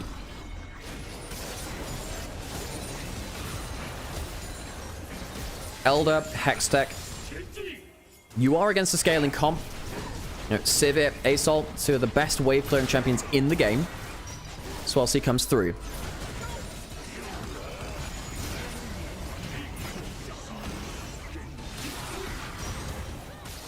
Swelsey lands onto Tangyuan. Has the Banshees, but the Hextech Soul still affects through it. Tower goes down. It's a bit of a slow death. Death by 1,000 cuts. And a few Void Mites thrown in there too. Not bad damage from the Singularity coming through from Tangyuan. Even in gold to see. 3,000 gold behind in the jungle matchup. That's where a lot of the gold is, isn't it? CDC going forward to the Dominus. They see an ending to the game in their eyes. Jachi sees his own end in the eyes of the enemies, but Xiaoshu gets into the backline. Ult from the Aurelian Soul. It's not bad. The Dex is going down though, and the Dominus is enough. EDG finish off the rivalry against their old, which often means he can still fight for Scuttle Crab. It's not that bad going towards the top lane, like the Rumble matchup now against the Galio. I think it was worse in the past. Jhin locked in for Light. We did say this is one of the most powerful AD carries on the patch. Gives good setup, and you have so much damage across the board now from Weibo. That doesn't matter if Jhin is not like the highest damage champion, which sometimes he can fail to be. I think he's actually much better at hyper carrying than people realize. But the Jhin can set up. If the Equalizer lands and then the Jhin W hits them, because they're already slowed and taking damage, it's hell. It's real hell. Suddenly now you have Pantheon ulting in. Jhin, Rumble, long range. Alistar and Ari good at following up on plays too, or starting them. Get ourselves into our first game of our second. And our top team on a cold streak.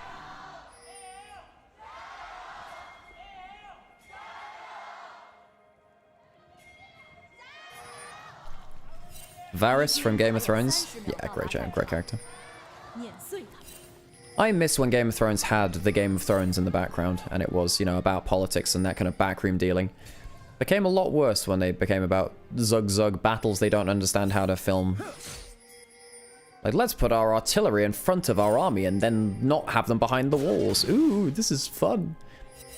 The Battle of Winterfell was really bad, by the way, strategically speaking. Let's charge our horses into a block of infantry. This and more things I'm annoyed at. So anything interesting to talk about? Sometimes we see the phase rush coming out of the Galio. It's the Aftershock instead. Shield Bash is obviously nice, but sometimes you have that on your secondary runes. Goes towards the Aftershock instead. In the long lane, sometimes they it can help you out a lot. Anything interesting in terms of runes? Nah, not really. Not that I saw from the primaries anyway. So we have a ward spotting out the jungle cleared there. One on Raptors as well if you check the minimap. So decent jungle vision. Some spotting what could happen in terms of a run across river as well, because sometimes what Shinzai can do, get level 3, head down here, head across there, and head through Tribrush. That'll be the path potentially. So this ward might spot that out. Depends if it lasts long enough. Kyle losing a bit of that trade there, actually. Mid lane as well. Ah, Q start from Xiaohu. Don't typically see that, actually, from the Ahri anymore.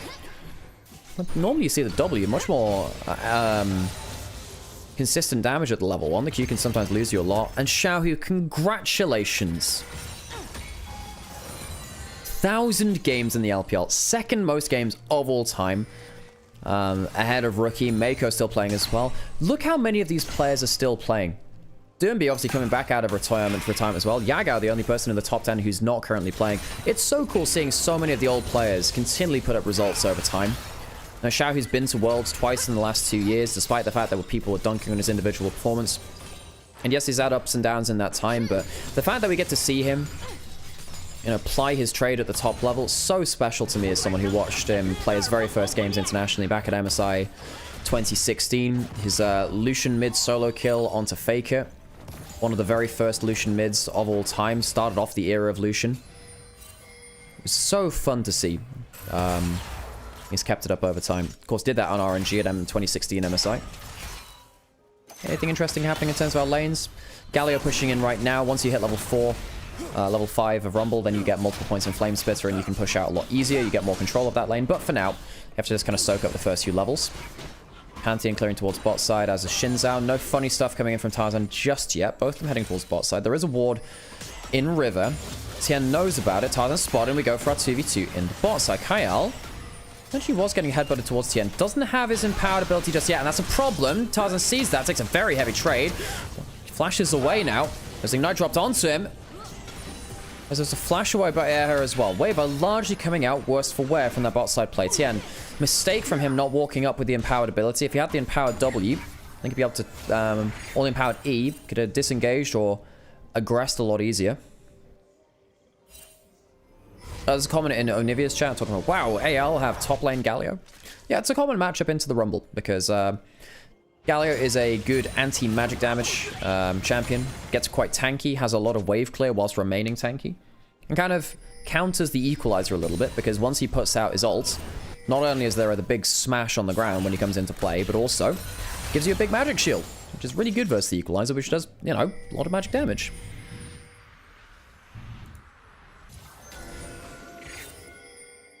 Don't forget, Nymaera, the 19.1k gold lead for AL. That is true. That is true. I missed that a little when you messaged it a little while ago. But yes, yeah.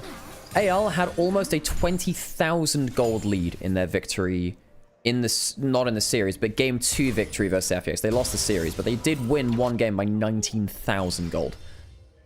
Teleport down towards the bot side now. Kyle's down here as well, who delayed his own recall. A little bit late on the taunt there from Flandre. I wonder if he could have popped that a little earlier to catch out the Rumble. Didn't MDK start Galio as a Rumble counter? It was G2 at MSI, and they did that into Breeze, who was playing on... Is it Worlds? Was it? Hang on, did he do it to 369? I think he did it to 369 at MSI, but then at Worlds he did it into Breathe on Weibo. That was a big thing. It was Broken Blade that did it. Broken Blade has been very good at practicing silver bullet counters, by the way. You know, the Swain into Cassante, the Warwick into Ambessa. Lots of stuff like that. BB's been very fun to watch to see how much value you can get out of specific counter picks into specific picks. There's a saying, and hang on a second. W does land, good combo coming through. Good damage on Hope. There's a saying, it's by me, but there's a saying. A blind pick, if you pick a blind pick for long enough, it's no longer a good blind pick. Eventually, if you keep seeing something blind pick, people will put in the time to practice the niche counters. Now, I think if you give anything enough time, you can counter something. Most of the time. But particularly in top lane, it is an inevitably counter-picked role. Just most players don't practice the counters, because the matchups can be quite hard to learn. Sometimes. And it takes a lot of effort. And learning how to play them in a team comp and how you play them in a macro sense. Very, very difficult. A lot of the time. BB started the Rek'Sai top lane. Yeah, true. There was also, oh no, it was Flandre himself, who's been a bit of a cook. Flandre started the tank Jace Craze top lane. Didn't BB also play Warwick the other day? Yes, I called that out. He played Warwick into Ambessa. Very good matchup. By the way, it is not Warwick, it's Warwick. Warwick is actually an English name and an English word. Warwick is an Americanization because they don't know how to speak our language. I get annoyed about it. Tarzan is not going to see air here. Flashes away from the combo. W does land. Doesn't have his ultimate just yet. Charm comes through, and it's a massive fight. The globals get called in. First blood comes down to Weibo. Goes over towards Light. There's a reset coming through for Xiao, whose ultimate gets the backswing of the Q. But it's Light that picks up the kill. Hope does get something onto Alistair, but he might be a little out of position. I guess Shank's around the corner means that they don't feel like they have enough damage to see it through. Light getting 2 kills. The Jhin kind of spooky now. Well, all this is happening. Flandre had roamed up to get in range for ult. Doesn't get there. Leaves Breathe alone on the bot side turret, and he'll get himself a plate. Prefer to call him Weedwick based. Does everyone else remember patch 420 Weedwick? With the challenging smite giving on-hit damage. So Warwick would ult you, hit you 5 times with his ult, and just one-shot you. Is nasty as hell. So Tarzan doesn't spot the combo coming through from Airhead. It's a very good vision play. Trying to move towards the spawn of the grubs. Immediate pounce. This is why we see so many globals, by the way. Everyone just pounces on a play. Fights happen very quickly right now around grubs in the early game of the LPL. And into mid-game. 2 Dark Seal stacks for Xiaohu. Good on him. Got himself the Dark Seal before he got himself into the first fight of the game. That is the gold standard. You want to buy a Dark Seal, get invested in a kill, in an early fight, and start to snowball away from that. It was Sated Devourer. Yes, it was. But the it was Challenging Smite, which also gave you 1 hit at that point. Challenging Smite after that point was changed down to a damage over time. So it was both. It was both. Challenging Smite was affected you around the level 6 mark, which you didn't always have the upgrade available for. Panther forwards as the flash goes forwards again. Okay, does he get the full kill though? Last Q will kill. And he gets it. Tien, another use of the global, and here we have another one. Look how many globals we can fit into this bad boy. Galliol comes in, will kill if Airhead does have the flash, won't be able to use it.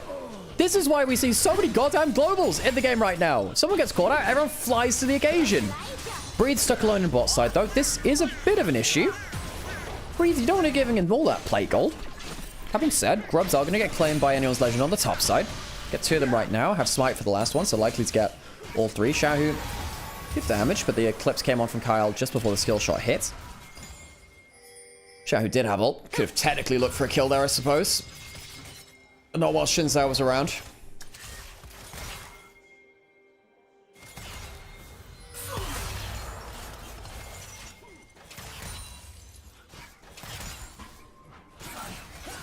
It's not Leicester, it's Leicester. Yeah, it is Leicester, much like Worcestershire. Worcestershire is Worcester. Or Worcestershire. Worcestershire sauce is Worcester sauce. If you're gonna say stuff from my country, my culture, you best get it right. You know? Have a little respect. Red Buff claimed on bot side. Tien, ahead of the game right now. Having taken that kill onto Hope earlier. Do I know Weibo's record post-air? I can't remember it exactly, but it's been better than it was before. Because they were looking very, very bad beforehand. Do you have the record pre and post? TM taking down this dragon, so they lost those early grubs. Flandre is on vision, by the way. Xiaohu knows that. Well, of course he knows that. Flandre takes a bit of damage, but of course has some magic resist early. Xiaohu going towards the Malignance. I think this is very much a Malignance into Liandry's game. You need to be able to kill the first target well. Double Liandry's burn is kind of nice as well. Liandry's do stack. They didn't used to. A number of years ago, Liandry's didn't stack. But they do now. So you can get extra bonus from them. Xiaohu finishing up the work which Breathe started in that top, on that bot lane turret. God, Electrocute does no damage towards Flandre right now.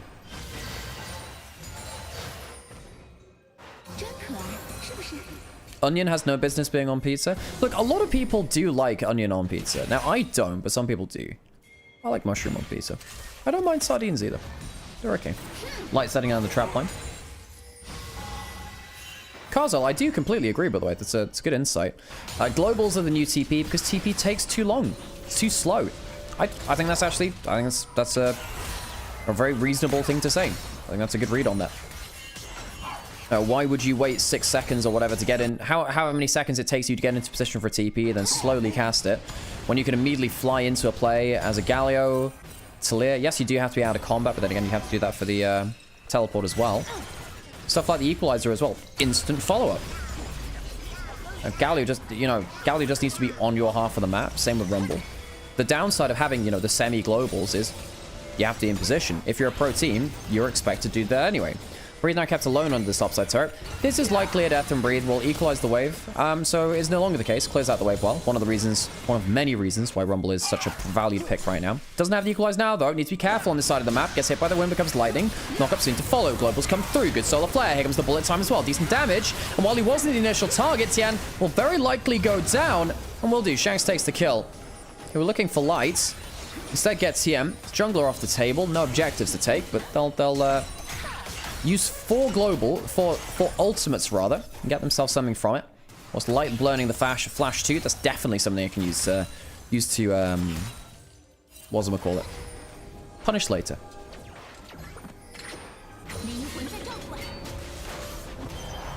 Leona recalling, put down a lot of wards. Kyle has so many wards down right now. Look how I'm gonna show you on the minimap. But like, Look how many wards are up here. Look at this quadrant. Everything here. There's a full ring around this side of the map.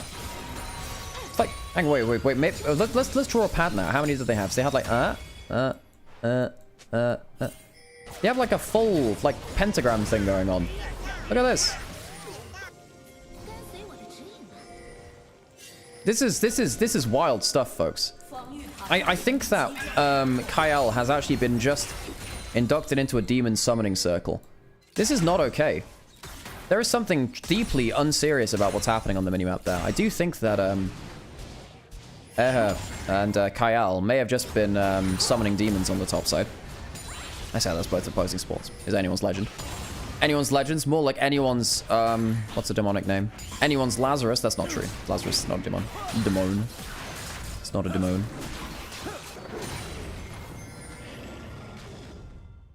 There's a lot of wards now from Weibo on the midsection of the map. Again, if you look down on the minimap, both these teams trading heavy vision. I think everyone understands, like, how quickly everyone can respond. Just, like, look at all of the wards in this area. Crucial vision lines across the map. And you do have to be aware of the fact that you do have Pantheon. If you have wards going deep enough into the enemy jungle, which, again, Kyle's just replacing again, you can spot out where this is going to be used, where the equalizer can come from, where the teleports can come from. Here is entrance. Weaver's Wall. And we have 3 global ultimates in the game, but then even, Jhin can roam to the play quickly. Everyone in this game can respond very, very quickly.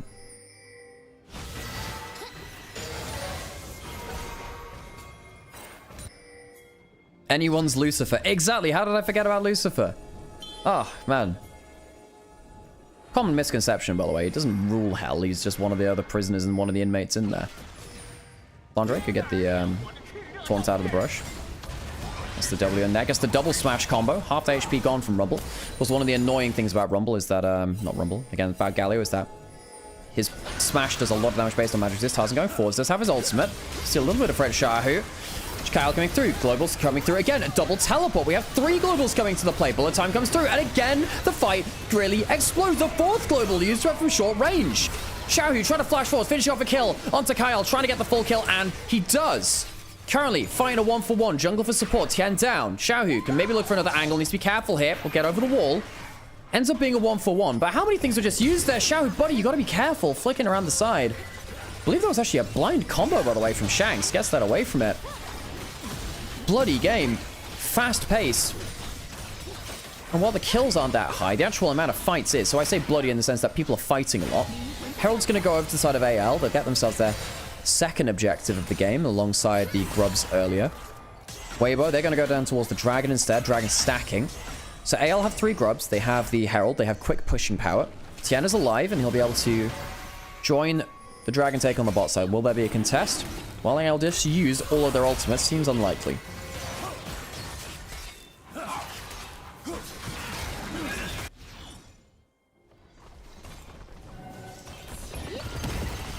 Shanks using the 3 gloves to push topside. Take some more damage off of that. Doesn't have himself the burn damage just yet. Has the Haunting guys, but no Fade to get Fated Ashes. Kyle been very good at moving around the map. I feel like a lot of people will miss the amount of work that's been... Thank you so much, by the way, for the gifted sub to Mabby, by the way, Darkbolt. It's very kind of you. Very kind of you. Thank you. Appreciate the continued support. So we're going to replay here. I think the vision control has been the most important part of this game. Look how many random wards there are just around all around the battlefield here. Kyle and Airhat, amongst others, doing such a good job of setting up the battlefield for success. Shahu takes a good kill on the Ahri, and of course, he'll be happy with the Dark Seal stacks there. He's on 5 right now, going towards that Liandry's. Shahu getting ahead of the game, and we did say, hey, look, Shahu's Ahri is good. Historically, it's been good. This split, it's been good. In his 1000th LPL game, Shahu having a good showing so far. 1-0-3. Weibo as a team, no, even enough, a little bit behind in terms of gold, but this is going to be a fun game. This is one of those fights where you wanna get settled in, get your popcorn, and enjoy whatever the hell is going to happen in the next 15-odd minutes. Shahu and Shanks close enough in terms of gold. Shanks got some side lane golds. Both of them have the same kill participation. Both of them have 5 stacks on the Dark Seal. Oh, Fleck into the mid lane. Do we have any more globals to be used? Tien's already here. Do we have Galio roaming into the plate? No, not quite yet. Sticking in top lane. So, Cleanse used by Hope. Ignite used by Airhead. That's it. No big ultimates used there either. Galio chose to push in topside. And because that play fails in mid lane, Weibo now have to defend against the Herald. They do have ultimates, though. How's going to get driven? I don't know about driving in like that. Airhead has the ultimate. Going to start charging up that double knockup. Where's the extra follow-up ball comes in from Shanks. Tien goes in, but he's alone on the backline. Charm lands, but there's a big old magic shield. Galio comes to the rescue again, and the mid-jungle of Weibo go far too deep. The wall separating up the follow-up. Anyone's legend. Much better at peeling back. Mid-jungle from the enemy team falls.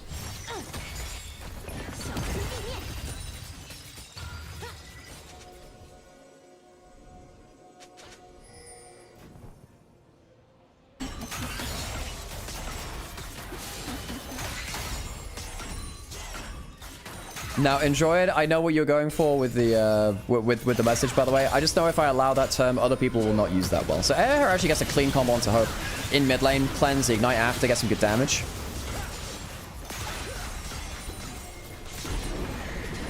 But then you're without that Ignite for the next play. This is good from Air. And again, this is a guy that came in to replace long-time support in the LPL, Hung, who was on very bad form. The Equalizer's not bad here. Again, it tags a number of people. Doesn't quite get onto the people they needed to, but, you know, the Galio ultimate, really the game-saving play there. I don't even know who I'd value the most out of this game so far. I mean, Flandre's had a good game so far. Shanks and Kyle have. Not like Hope's had a bad game either. It's a very fun team play kind of game.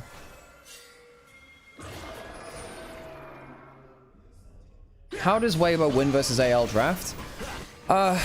Normally I'd say quick picks, but double globals make that quite hard. You'd want to early snowball. That's not happened. I think the fact that both teams have such quick response time works out in AL's favor. Shanks' walls have been good. What you need to do is blow cooldowns from AL and take a fight while the longer Galio is down and you have the quicker Ariel. You want to use Ariel to force Galio if at all possible. Back off and then fight while the Galio's down. And that's the goal. Pantheon Rumble not fed enough to one-tap MF with one, but that's true. They're too far behind right now. Galio comes in. Well, not Galio, the Talia ultimate. And Breed's caught out. Gets the Equalizer down. Flashes for nothing, really. And while all this is happening, by the way, yes, you have Shanks coming in, but Galio's still over on bot's side. Chinook comes in. Tags onto Tarzan, but doesn't find the target he really wanted, which was Kyle retreating from that play to stop a quick recall coming through. Not really sure what Weibo can get off of that. Oh, and of course, the other way that Weibo can win is through soul point win condition. Right, if they can dragon stack, maybe things look a lot better for them. Maybe a Chemtech soul, not the best, but then again, the tenacity works well versus Leona and Galio. You get 6% tenacity per Chemtech stack, which is quite nice. I have no idea what Tony Romo is. Is that a compliment?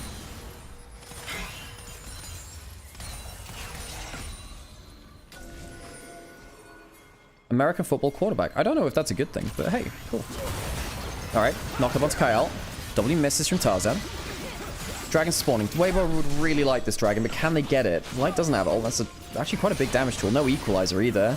Breathe uses his flash in the last play. Kyle walking up. Gets on to the MF. Does have cleanse, doesn't have flash, and tries to tank things up, but once again, Galio makes an absolute mess of it. Hope so close to going down, and does, but now the smite is dead from Weibo. Another kill comes through for AL. They'll be able to close down Xiaohu 2, who's out of charges, out of resets, and Tarzan tags him with a win becomes lightning. Another one for him, a double kill over towards Tarzan. It ends up being a 3-for-1. They kill Hope, but Hope springs eternal in the rest of the members of anyone's legend. Weibo just didn't have the vision control for that fight. I wonder whether Weibo need to have someone on point to stop the Galio ultimate, but I guess the only one who can really do that is Xiaohu. And you need Xiaohu for the dive. They didn't have the equalizer for that either. I think Weibo are a little bit desperate in that play. They give up a lot of kills, they give up a tower, they give up a dragon, a lot of gold. They didn't have equalizer for this fight. Not that it matters, I guess, the most since the Galio ultimate gets negated a little bit. Xiaohu gets a 3 double Q, which is not bad at all. Tien in the middle of members means that he can't shield off all of the damage, which is a problem. Kyle chases down as Tarzan gets the dash over the wall.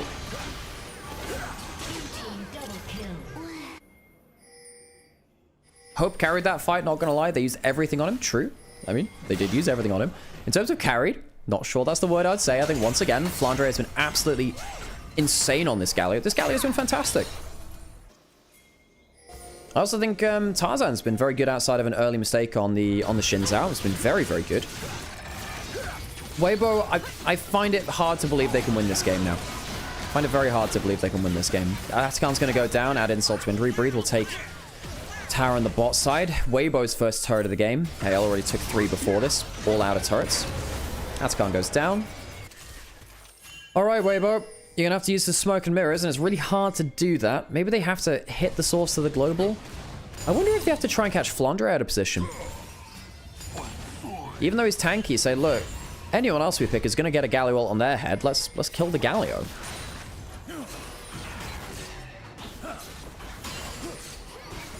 Breathe has second item, has that Rift Maker.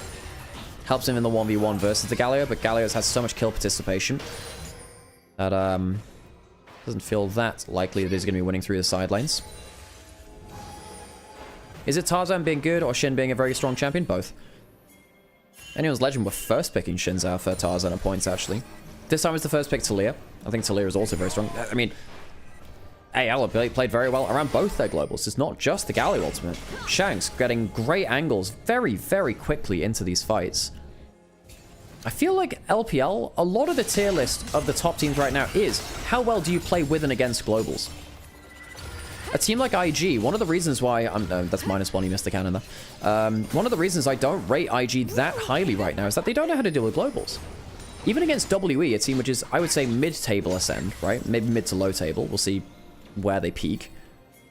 They would just drop a Pantheon ult or a Talia ult on them, and IG didn't know what they were doing. They didn't know what to do with it. You know, whereas teams like AL and Weibo, they are responding quite well to the globals, or at least bringing their own to bear. But if you don't know what to do, if you don't know how to see a Pantheon ult or a Talia ult coming, it's a big problem. AL are going to get spotted by that deep pink ward. Behind the enemy red buff.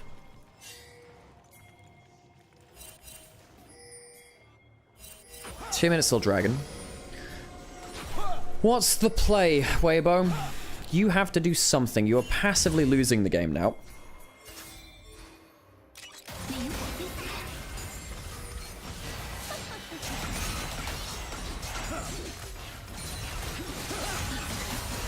Xiaohu lands a charm. Kyle goes back with the solar flare. Air has to dodge forwards, has to use the ultimate to buy a bit of time. 1 global, 2 global coming in, and here is the bullet time. Good damage. Air gonna go down very likely here, though. The charm's over the top. Equalizer not great. Flick back onto Jin. Light uses both the summoners, but Shanks has effectively removed him from the play. Once again, anyone's legend getting the better out of the team fights. Weibo on the defensive can't reach the MF, can't really reach the Taliyah.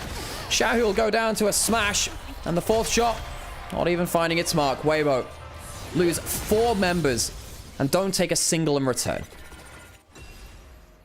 But the globals are so good from AL. You know, Charm lands from Xiaohu first, gets the Leandri stacking onto Kyle. He doesn't really care about it, leads back with the Soul Flare. Really like how Kyle forced Airhead to step forwards back into the team. Baron will now get taken down by anyone's legend. Charm landed. And look at this, it forces Airhead to step forwards. Pops his ultimate very early. Tien uses his E as well. Gets trapped in with the bullet time by that ultimate. And Flandre is just so goddamn tanky. Just walk forwards like the idol of battle he needs to be. 4-man taunt. Light caught out on the other side as well. Kind of missed the 4-man taunt in the middle of things. I was watching Light get one shot, which is, you know, a bit of a problem.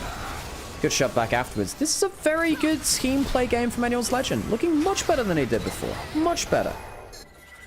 This is Anyone's Legend just lost to FPX yesterday.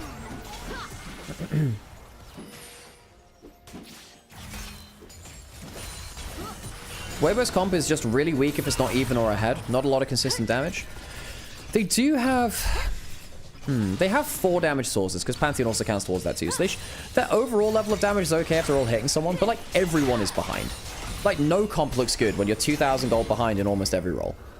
I say in every roll. You're 2,000 gold behind in 2 rolls, 1,000 gold behind in others. Pantheon all coming in. Xiaohu's on the flank. Can they get something now with their globals? Equalizer tags onto him. Shanks uses the Zhonya's though. Kyle's in here for some extra CC now. Bullet time goes over, and Tien is cleansed by the Atakan. Breathe flashes away from the Winds of War, and the flank from Weibo is a flankant. It hasn't happened. There's even another global to keep running forwards. Shanks flashes away from the threaded volley. Tarzan says, all right, I'm not going to chase down into that guy. Let's start up the dragon instead, potentially. Kills off for the dragon. Inhibitor down now. 28 minutes in. Shanks pushing forward to the mid lane inner turret. So, inhib tower, inhib. Mid lane inner tower. Go back towards the dragon. Ale, a clean sweep of the objectives they were looking for.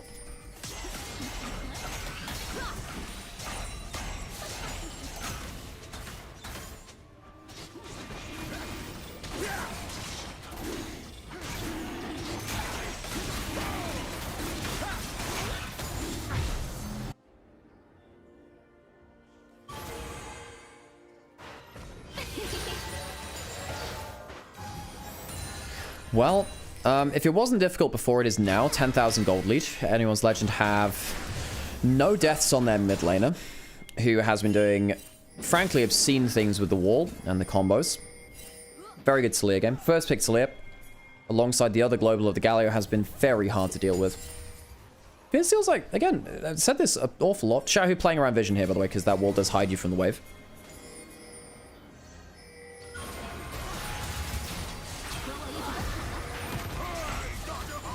Flying into the play. Flandre uses that ultimate. Now on the flank. Doesn't have the flash to go forwards. Hang on a second. A little bit far forwards from Shanks there. Breathe comes in. Equalizer's not bad, but Shanks is... well, Xiaohu's already dead. So hope. Easy kills coming across. At least it's 1 for 1. Weibo getting a rare kill back, actually. Yeah, surviving out the burn. Doesn't really feel like Weibo have anything left now. Where's their wave clear? They have a Jhin ultimate, I suppose, but Light's trying to walk up and do some auto attacks instead. W comes through. Second inhibitor likely to go. No wave in the mid lane to make it 3, but Anyone's Legend. A quick play up towards top side. Yes, it's only a 1 for 1, but they get themselves another handful of towers and a very quick cleave through the top side of the map. Breathe and Bessa needs to come in game 2. Yeah, I mean, he's very, very good at the champion. They locked in the Rumble very quickly. Haven't gotten that much value out of it. And while they... Look, the thing is, Tien took the Pantheon to deny the global stacking from Anyone's Legend, because typically we see Taliyah Pantheon. Taliyah Galio has also been very, very good. So the gambit that they say, right, we're going to take the Pantheon away from the Taliyah, that'll be valuable. That hasn't worked. The Galio has filled the gap which the Pantheon takeaway left open. And there's still stuff like Shen. Her goes in. It's only onto the Galio, though. Not getting onto the backline. The equalizer's not bad. Solo flare for Peel. And they peel away Tien, who gets absolutely destroyed. Breathe may be able to burn through Hope, and he does, but he won't be able to clear through both carries.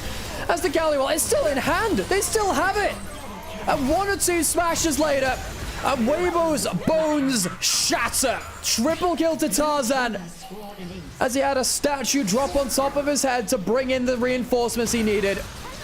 Weibo have been schooled on globals, taken for a trip around the globe. As Weibo, they were left reeling. First game goes to anyone's legend, and Weibo left in the dirt.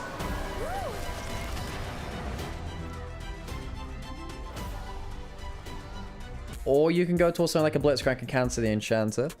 Instead, it's going to be the Nico going to support for Kyle, so Ezreal Nico, strong enough in laning phase. I wonder whether there was an angle to switch the Annie to bot lane, because Annie's not bad versus Enchanters. She's quite a strong laning support. I would just pick Vayne into Ezreal. This is why I'm stuck in Hearthstone plat. Hey, at least there's some recognition there, some self-awareness. Thanks to the follows again, folks. It means an awful lot. Okay, so AL, engage from mid lane and support, not really from jungle in the same way. Weibo have a pretty good comp. That being said, that works out in the favor of Weibo. Weibo have themselves that Rise ultimate. The other side doesn't have that the same way. Let's get into the game and hear the Joes.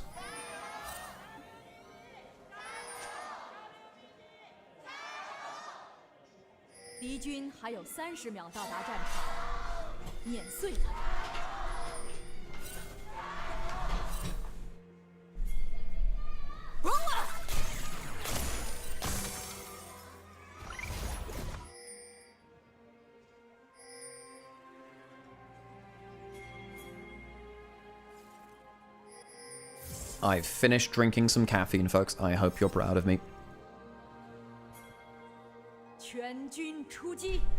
So, no intricate level 1 plans. Ward onto the entrances to jungle. I have changed the color of my arrows and it annoys me. Potentially spots out some jungle movements. And now we do have the level 1 invade. Gonna clear out a ward potential. Ah, no, they won't because they miss it. So they're seen heading through here. Rune Prison start. Light firing over the wall. Has to start the Q on these area, of course. Double Glitter Lance, but Hope getting some good... Hang on a second, that's a good multi-man stun. Not sure it leads to as much as you'd like, though. Rune Prison on the way back. Is anyone else roaming down? No, neither top laner coming to the play. Hope stacking up the Conqueror. I will say, though, Weibo getting a lot more from this than I thought they would.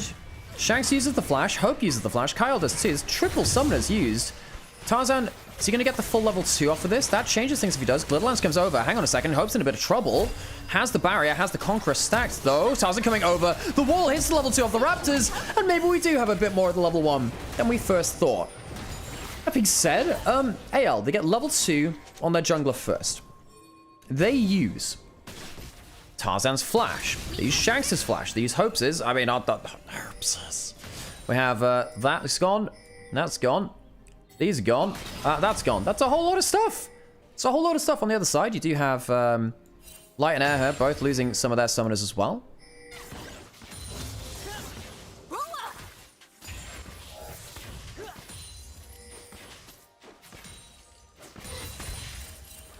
That is a whole lot of stuff being used at level 1. Now, that does get Tarzan ahead for now. It's a lot invested for that. For a 1 camp advantage. What the hell? Hang on. What would you... Whoa, this is a really early swap. I mean, lane swap detection falls off at 3 minutes. Okay. Anyone's legend, they love to do this lane assignment stuff where they swap earlier and earlier. It's only 3 minutes into the game. We're already swapping into upside. Are you kidding me? I mean, Breathe can recall now. He'll get himself towards bot side, but the problem is his bot lane are already pushing in the next wave. If you look on the minimap, they're already pushing in the next wave. That means that Jace can't go from base and teleport there to get the wave. He'd be losing it. He needs to stay on the top side of the map now. What should have happened is these guys go back to base. Now they go back to base, they go top side. As Jace can then go back to base and he can go bot side himself. Now he's going to lose a wave comparative to what he could have done. I suppose Flandre still losing some CS under the turret, but Breathe not really getting the most that he wanted there. There's now a threat of topside play onto him. Getting frozen away from lane. Tien luckily able to maybe fix the wave. I think Weibo just didn't see the swap coming. They didn't set up appropriately.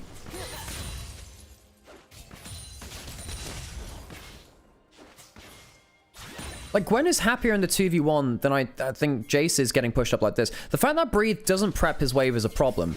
And Tien's now left. Tien's now left. This is a problem. Tarzan can stop the dash coming through. Tarzan doesn't have flash.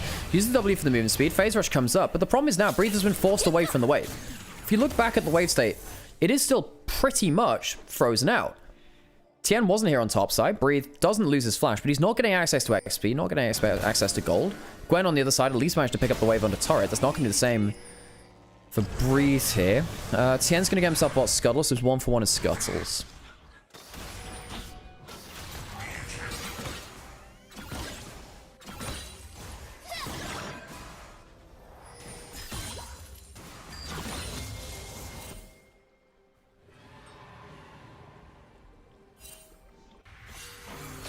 It's illegal to win lane as a top laner these days. Exactly. You know, you got a good matchup in top lane. How dare you? Molten Shield from Shanks reflects some of the damage back towards Xiaohu from the bounce. Has the Rune Prison. Jose could technically flash for a poly or a little bit of damage. Xiaohu getting good damage here. Having said, Xiaohu is down 10 CS. Even though Shanks used the flash early on, is Annie that good of a matchup into Rise? Good stop with the recall. Molten Shield actually does fire the Airy back towards Xiaohu though. Tien got both skulls. Oh, sorry, it was a double scuttle. My bad. I thought it was 1-for-1 on scuttles. A lot of stuff to keep track of. Good to know, though. So Tien is actually ahead in the jungle matchup now. Tarzan didn't get any kill participation. And even with the camp steal early, hasn't actually been ahead. Isn't ahead now in terms of the actual camps. There's a camp behind, actually. Good to know that, Katari. Thank you. Appreciate it. Okay, let's think about how these team fights are going to play out and how the comps are going to work. Weber have the extra global in the Realm Warp. Zeri hopping over the wall kind of counts as a weird semi-global too. It's helpful to think about it in the same way. If a fight goes off, Light will reach the fight quicker than Hope, basically. And that's important. Particularly with stuff like Whimsy as well, potentially being put on their back. Having said, AL... they do have better defensive tools. They have Poppy Ultimate and Gwen W. And while I think that Lulu can help save the first target, sometimes, it's only Skarner that's tanky. If he gets stunned up by Annie, Leandri's burn starts going onto him, Ezreal starts getting damage down, it's a big problem. Good damage from Flandre into light there. Gets a Grass proc onto him.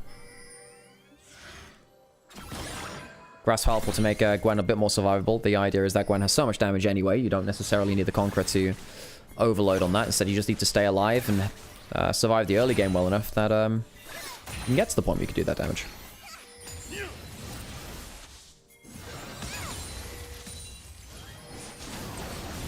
Rune Prison in the mid lane. Kyle spotted out that double roots.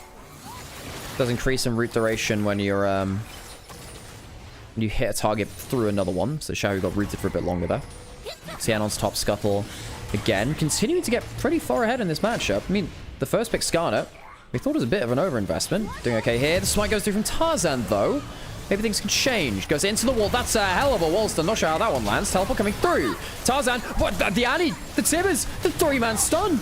Realm Warp not going to be enough to save the first person into the play. Flandre using the needlework. A flash out from Xiaohu will keep himself alive. So Scuttle lost. Kill lost. AL getting away with that a lot more than I thought they would have done. Flandre jumping forwards. Good teleport from Flandre. Gets good value out of that. Grub's still going to get started up. Tien is alive. Tarzan quite low HP. Does have level 6 though. Could potentially come back and fling a hammer at them. Oh wait, no. Tarzan are the ones that... they're the ones starting it. Losing track of things now, aren't I? Still. So 2 Grubs over to the side of anyone's legend. Going forwards. Does have that to the skies to cancel it. It's going to potentially kill out Tarzan. Breathe walks past the damage and gets a kill. 1-for-1. Pod kill goes back over towards the Poppy somehow. Pretty sure. No, it would have been the flood. Look, there was some weird stuff in terms of the kill feed there. 1-for-1 in terms of the kills. Back not going to get cancelled. Surprised that Breathe was allowed to get that 1-for-1. Tarzan stops the recall. Gets that one for free. Well, I say for free. Gets that one for the cost of his own life. Tien on top side does have Impale. And Gwen might be immune inside the mist. Doesn't have it now. Impale, Lightning Crash, and a very dead Gwen. Needs to take that doll to the seamstress. Need to stitch that one back together. Both top laners dying now. 2 for 1 in terms of the grub spread. Wait, Snimpel, I mean, Flandre did have flash. If he could flash, reposition his... I don't know whether he had the extra bit of his W available. If he could flash and reposition his miss, it could get weird there. Especially with Nico just around the corner. So I think it was actually the right choice to do that. Shanks, great 3-man combo. 3-man incinerates into the Tibbers was a lot of damage.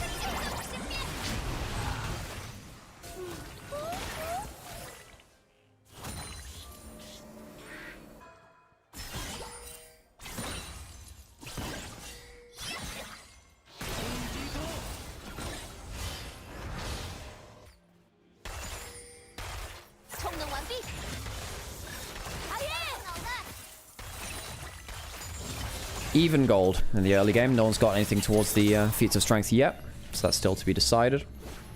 Skarner has double Giant's belts. Have to say, a little bit worried about the Poppy value now. Poppy's back ahead in terms of gold. You know, a couple of times camps down, but you know, not the biggest thing ever. Fighting potentially over the dragon on the bot side of the map. Tarzan doing some damage down. Hope's Ezreal trying to stack up that Conqueror. Xiaohu gets a trade on Shanks. Shanks doesn't have flash for this fight.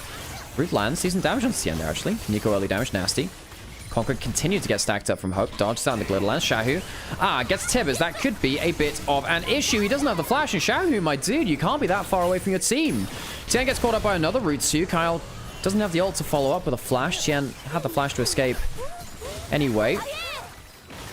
Hope getting some damage onto him. Lightning Crash coming across the team. Missteps steps out of one of those. Ult from the root going on top. DC careful though. Hope still burning. Tarzan comes in for the pop-up. The Lightning Crash is still around. The Q, the Hammer Blow Shock, will kill all the same, and will also hit the ground. Tien arrives, but too late to make a difference. Anyone's Legend pick up another 2 kills in the mid lane off of what I thought was a misstep from Hope. Flandre. Oh, he's in a bit of trouble now. Not going to die, though. That teleport now coming in from Shanks has flash. Tien towards that top side. Can he stop that recall? Ooh, he might just be able to. Has that flash. But now the problem is he might get stunned. Tarzan's on the bot side. Why are we focusing on that? Okay.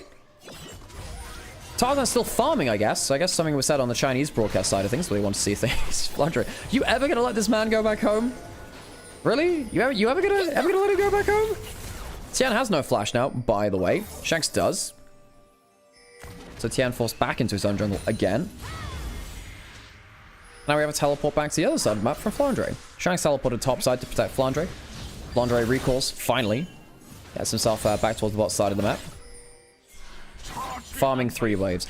AL, I think, have been, by far, our best lane assignment team. This team knows when to use the early swaps. They know how to swap in mid lane to get the most out of their solo lane power. Typically, if AL are switching around the map, they're the team which are going to come out on top better than any other team within the LPL. Typically.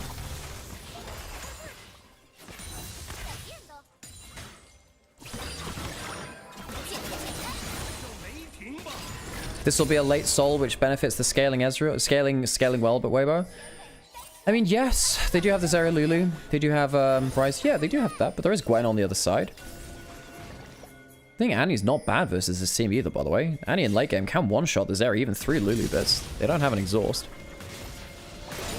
You know, Shanks gets fed enough. That's a problem. He's 1,000 gold ahead already. Doing very well in the Rise matchup early on. 10 CS ahead from the laning phase. Tien doesn't have flash, remember. Dragon is still alive. No one's taking that first. Wall stun onto the Lulu. That could be a problem with the Ezreal tags as well. Tarzan, another clutch play from the jungler of anyone's legend. Could flash over the wall potentially, and he does for the pop-up. Force the flash away from Breathe.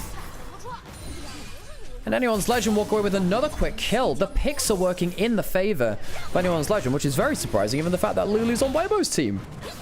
Do you get it? Because Lulu has picks. It's a funny joke. It's a wonderful joke. You should laugh. How funny you say in chat. Breathe has that one item. Kyle coming down towards bot side. Breathe going towards a heavier lethality variant, by the way. Howdy. Meowdy, meowdy. Oh, Sam bringing me the gift of Red Bull. How wonderful. I know, right? It is. I've even bought shopping for tomorrow, so we will have food. Yay. I did get some. I got some Gemüse. Gemüse? Gemüse. As this is another clutch ball stun. Tarzan, his last couple of Poppy games, I wasn't that impressed by actually, but he's been really on point. The double pop up into mid lane to get the kill onto the duo earlier. Here, trading flash to breathe, I think will become quite important later. Tarzan's had a really good series, which is good because when two were bad, so it's good news. When Tarzan and Kyle look good, AL look like they are the best team in the league. Bluntly. Yes. They beat Top Esports, handing them only their second series loss, even though they have quite suspect to some of their other games. Anyone's Legend, if their jungle support is online, they do look very, very good, and that's why I'm excited about AL. I am excited to watch AL because they teach me ways to play the map, which I don't know right now. That's why it's teaching me, right? Otherwise, it'd be not teaching. Do you have any good examples of that? Yeah, so we just seen a lot of early swaps across the map from Anyone's Legend. 3 minutes in, Hope and Kyle, because there was some weird level 1 stuff, Hope and Kyle very quickly switched to make sure that Flandre was escaping that matchup and they were escaping this area Lulu, which can be a bit annoying in laning phase as well. Got good value out of that.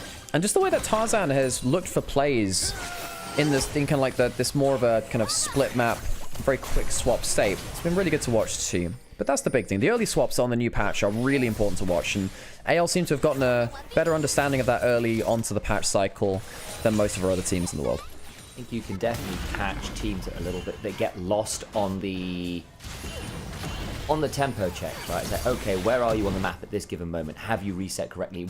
What is your rotation looking like? You can get caught mid kind of play. It's a very Tabe comp. It's a style of play, rather. Tabe is the one LPL coach, I think, where you can directly see, obviously, how he impacts the game. Oh, very true. Because the way that you switch around the maps, quickly make plays, quickly punish openings on the map is so very, very Tabe. Right now, do you see a crossback coming through as 2 grubs over to Anyone's Legend means that they push a little bit quicker. They do get the tower onto the Annie, who's 1,000 gold ahead, has the Malignants going towards Leandries. The 2-item spike for this current Annie build is really nasty. Worth noting, folks, that for every level in Tibbers, you do get % magic pen, which means that you feel less like you need to go towards a Void Staff. I think it's something like 15% first rank. Is it 15, 20, 25, something like that? 5% per level? I can't remember how much it is. It might be 10%, 20%, 30%. It's a lot, fair enough. Yeah, if you go towards Malignants and then the Leandries, you have enough like random damage from burns and whatever, and then the actual burn will hit harder because of the passive coming through from the Tibbers passive now. Shanks.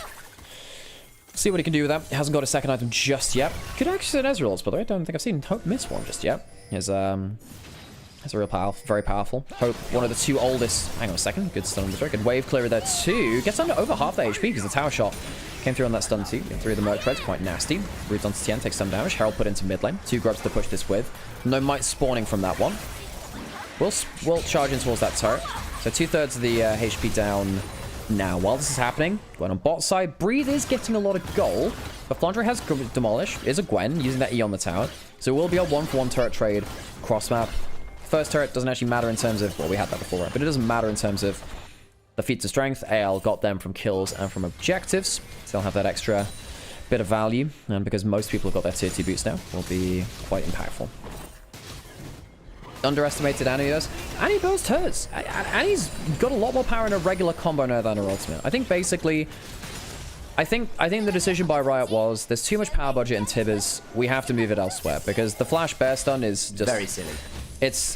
The problem is it's been so much of Annie's character for so long. It's like, how do you reconcile that with the player base and whatever? And I don't know how Annie mains are taking it, but Annie's basic kit now actually makes her feel like a champion without her ultimate sometimes, which is nice. I think you still got the best stun engage is still her flash ult, right? It just doesn't have all of the burst in it as well. I think some of her damage being elsewhere is probably wise. I think technically actually the best I think it's actually slightly quicker to do the flash W. Oh, you're right. Actually, well, it is. Yeah. It's slightly less dodgeable, but then again, neither of them are particularly dodgeable, so you know. And W shorter range, I guess. Annie mains are taking it poorly. I understand why. It's much less about Tibbers micro, which was one of the most unique things about the champion. I understand that. You know, a lot of people were annoyed.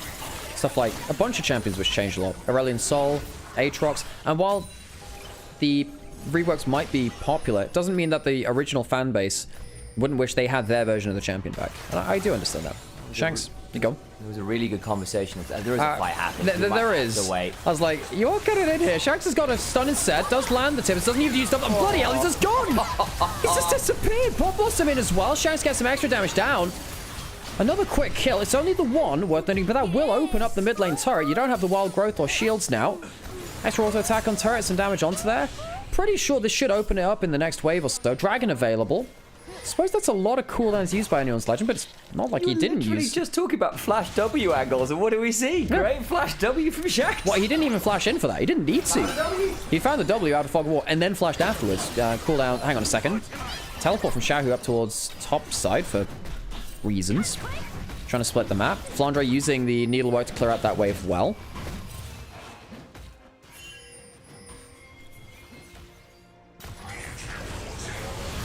Tien trying to ride right through the wall. Doesn't get the wall stun. There is a little bit of follow-up around. Tarzan doesn't have himself ult or flash. Needs to be a little careful here. Mid lane turret did go down. Worth on him. Mid lane turret was taken by anyone's legend. Poorly so. Hope makes the mistake of walking to max range of Jay, so it doesn't matter if it doesn't hit him directly. The shock blast will explode next to him, do the next best thing.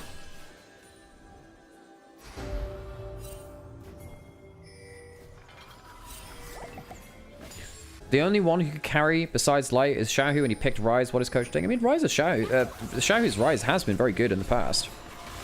So Xiaohu just walks into mid lane. They walk up too far. They didn't have that vision. Shield goes onto Light, gets absolutely obliterated. The Impale from Tien is pretty good to respond, but the damage is, well, I say it's pretty good. The damage is done by Shanks, so it doesn't get that much. At least it forces the flash out of him afterwards. It's close towards his Leandries now, which is, again, big damage spike. On shield, nice. And they're picking up flowers. Yay! Flowers are valuable, by the way. It's like 5... How much gold is it per team? It's like 200 gold per team or something like that per flower. Even more if you get the Atacon version now. Does anyone know how much value, gold value it is across the whole team? Not per member. I guess it's diminishing returns that it's not always the same. Shanks has the Leandries now. Yeah, it's a big issue. By the way, Tarzan has gone for the Sundered Sky and the Deadman's Plate, so he has, weirdly, quite a lot of damage. Deadman's Plate, good value. Flandre doesn't get hit by the To the Sky, so he's fine.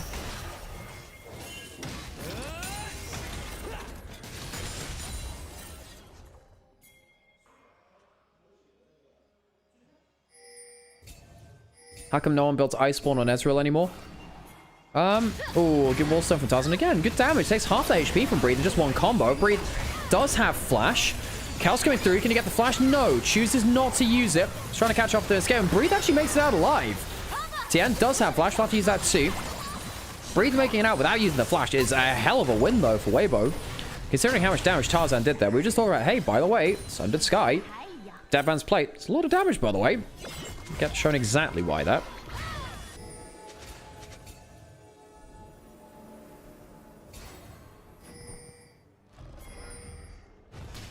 Atacon now up and available.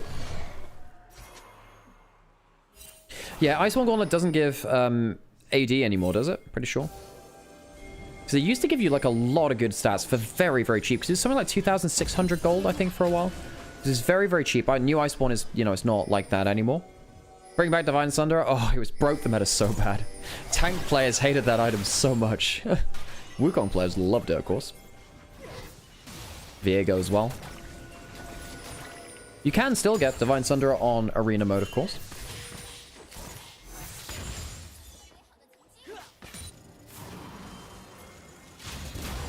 I mean, this is the amount of damage that the Sundered Sky Deadman's Plate can do. Kyle, I don't know about that one. Not sure who he was trying to catch. Atacon will go down for free. 3,000, well, yeah, not 3,000. 2,000 gold lead for anyone's legend. A little above that. With the Atacon, 2 dragons. Next one spawning in a minute and a half is the Infernal Rift, so we'll get some value from that.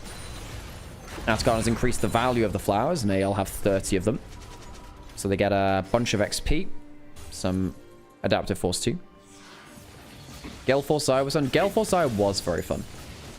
It was very fun. Gale Force Lucian was also kind of insane. Prowler's Claw Renekton. I missed Prowler's Claw Renekton. That shit was so fun. Prowler's Claw Kiana, I missed less because that stuff killed me too much, basically. just came back. Who's been carrying for AL so far? Tarzan had a very good game 1, and his game 2's also been very good as well. That being said, Shanks on the Annie also had a good run of things. Has 2 items now, so expect a big flash bear not fair. Yeah, flash bear stun at some point. Ooh, Flandre on the flank. Breeze spotted here.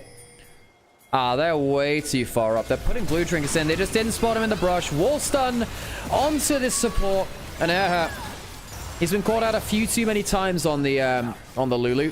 Playing enchant is not always the easiest thing. Wall stun now onto the flash. The Skarner double pop up, and Kyle lands the pop blossom. That'll lead to an extra kill onto Tien as he's pinned in place a little longer. Shanks trying to gun down light and does get good value. Xiaohu gunning through with the blue man group stuns though. Does eventually go down. Gets 1 in return, but it is 4 members dead. Make that 5. It's an ace for 1. Anyone's Legend lose 1 member after a Weibo push up too far on bot side. They didn't see Flandre in the brush. They didn't see the angle coming through from Anyone's Legend. They're dragging over towards Anyone's Legend now too as they get Soul Point and Infernal. The plays just don't stop. Flandre, great sitting in that brush, but once again, you have to talk about Tarzan and his wall stuns. Absolutely crucial. No, they think they're safe. This is a team mistake. Air getting caught out. Look, if you don't have Flandre and everyone in River there, that's a better play. I suppose it's too far either way, but they just should. They didn't understand how far they were in the behind in the vision game. Kyle gets a great pop blossom to continue the fight. Mikhails goes on to lights, but sadly not enough for him to play out from this far behind the game. He does decent damage from over the wall. It's not necessarily his fault, you know. Tarzan just gets himself extra round of cooldowns. Dead Zeri. Pop goes the lightning rat.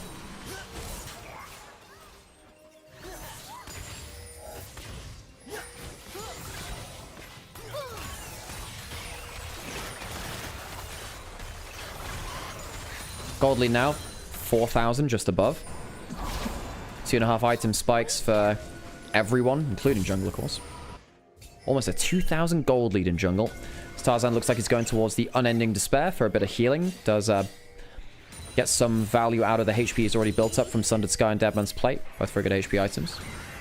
Shank's going towards, could be a Crypt Bloom. Of course, he is almost at level 16, so he almost has almost maximum percent damage from penetration rather on magic from his Tibbers ult passive. 3 items hit by Hope. That is kind of disgusting. Flandre, on the other side of it, gets 700 gold from an inner turret. There's a Realm Walk coming in. Flandre decides I can teleport, uses the W to get out. Breathe. Can't get in range for the to the skies into the hammer blow. Flandre will teleport up to the top side. He's not even teleporting back to base. Says, all right, I'll use the W. Let's go towards the Baron. You've just used your Realm Warp. Let's see if we can force this down. It's going down a little bit slower than I would have liked. The Leandries from Shanks not continually being used on this. Tien is in the area. Does have Flash and does have Smite. Delaying ult coming through from the Nico. Still getting a little bit close. But it goes down. Tibbers comes through. Bit of damage done. Smash into the Impale. Gets some good damage. Light's doing good damage now too. But Light's getting jumped onto by Tarzan. 1 is down. It's the Annie. Tibbers is now rampaging in the backline. Tarzan jumps in, but can't get the kill. Damage calculation luckily sees him alive. But he was so close to getting the kill and so close to dying. Polymorph goes onto Ezreal. Has to flash in the barrier. Hope maybe feels like he can carry alone now. Jumps to the side. Lucky not to get hit by that shock blast. Ends up being Baron in a turret on the bot side of the map too, but they lose 1. Massively worthwhile trade for Anyone's Legend. That Baron will see them over into the Infernal Soul if they do take Baron into setup around Dragon.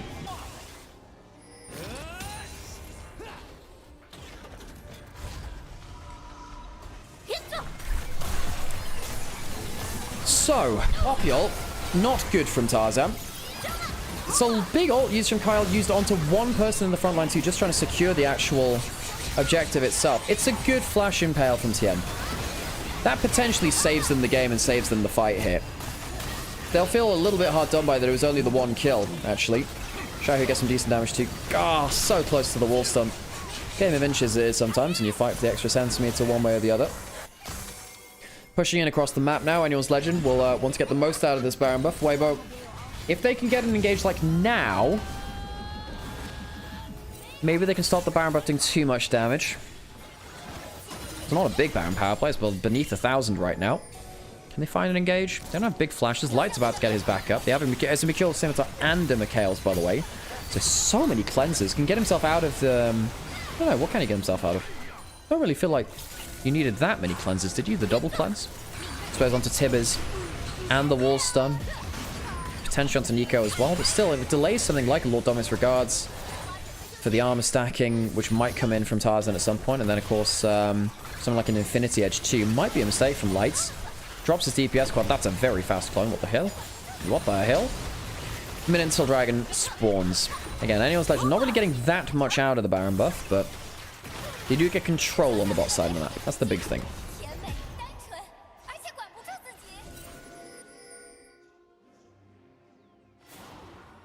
What the shit?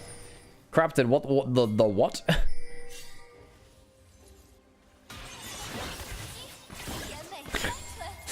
You will have to explain that one in chat at some point.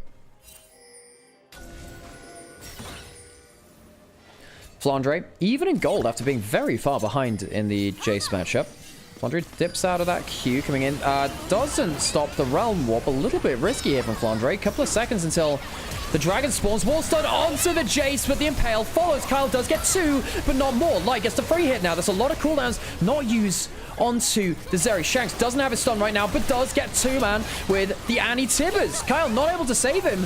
And Waver might have found themselves the fight they need in this late game. Flight gets a good amount of DPS onto the backline. That being said, he's half HP. Maybe it's enough. Gezrelotz forces the barrier out of Light. Dragon going down. Tien will have to ride through the wall. It has to be a steal now. It has to go through. How close is it going to get? Not close enough. Tien not able to stop the soul going over to anyone's legend, who claim the Infernal. Hope will E over the wall. Has a blast cone. Safe for now. Blue buff. Hope, buddy, you can't be stood like that. It's a little bit dangerous. Realm Warp coming through too. He has the flash. Might have the E as well. Thankfully has a Realm Warp too. Blast cone rather. Good damage coming back. Xiaohu, lots of damage onto him. Tien, lots of damage onto him. Tien, remember, has no flash. Is there a teleport to be used? Flandre could use it. Could have gone for a flank angle there, actually, onto the bot lane wave. Chooses not to. Zeri gets a turret somewhere amongst it. Flandre, can you come down and enjoy the play? No. I wonder whether that was a misused teleport from Flandre, actually. I think he could have gone to the bot lane wave and looked to flank them with the needlework. Weber getting away with one a little bit there. By the way, For Seraphim, thank you so much for the Prime. It means an awful lot to us and helps continue what we're doing. I know Sam and I would love casting LPL, but we wouldn't be able to do it unless there were people here to watch us do it. You know, I'm not going to go and lie to you and say I'd do it if no one watched me. Maybe do bits and pieces, but no, I wouldn't really. Void Staff in for Shanks. 3 items. Annie didn't get the best fight last time around. Found himself in a 1v2, but sadly it was against people with a bunch of HP and magic resist.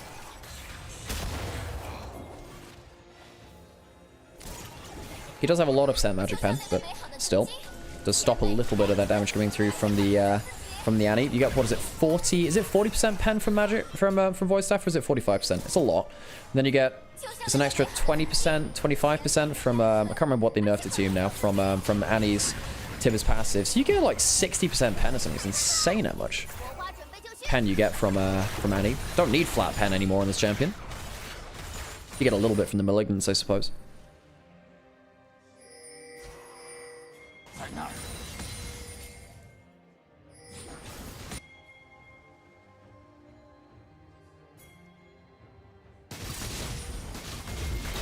Teleport in towards the bot side. Hang on a second. Double teleport. Oh, no, it's not double teleport. It's the Annie. I thought that someone was teleporting to one side and the other side at the same time. Tarzan on towards bot lane.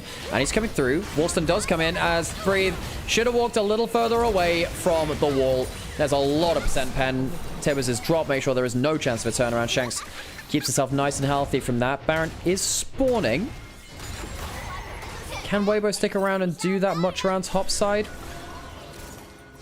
Flandre no teleport to flank. Shanks takes the kill. Walks up back towards mid lane now. Doesn't have Tibbers.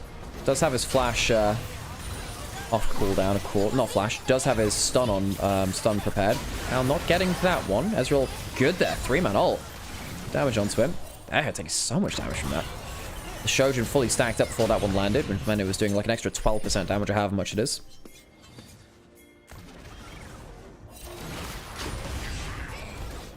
Infernal Soul does a lot of work. Elder up in 3 minutes. Can Weibo survive through to Elder? And if they do, can they win? There's a 4-item Zeri now. 4-item Zeri scary. Scary as hell.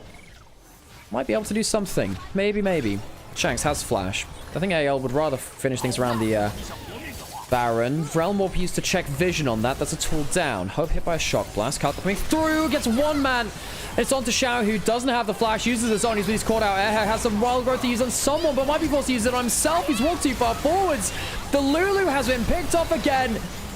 And it is 5 dead from Weibo. Clean ace. Kyle gets the first pick. And the rest fall like dominoes. Anyone's Legend lost a couple of series this week. It's their 3rd series in 4 days. And though it might be Xiaohu's 1,001st game in the LPL, it will not be a happy experience for him. Anyone's Legend. Everyone's Legend here today. 2-0 for them as they right the ship just a little. That's a good point. There is. It does feel like some of our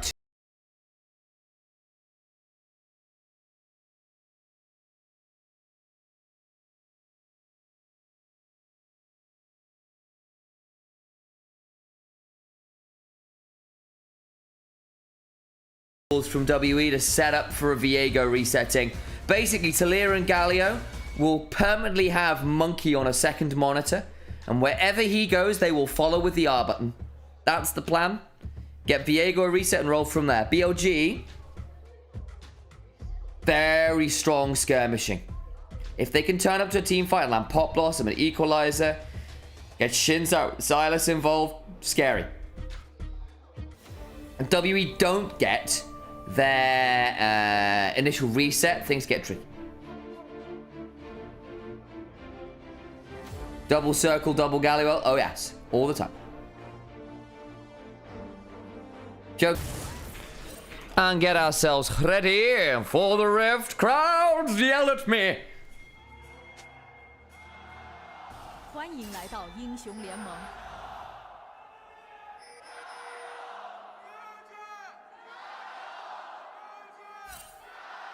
敌军还有30秒到达战场，碾碎他们。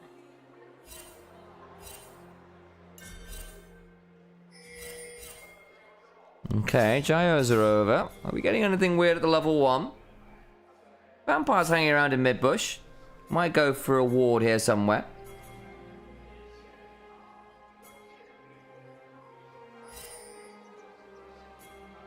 And chat's back to discussing Varus lore. Obe.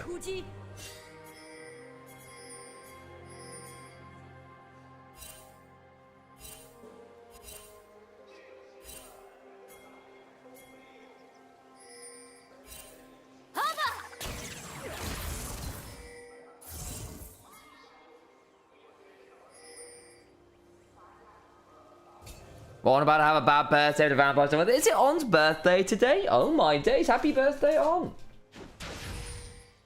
Happy birthday to On.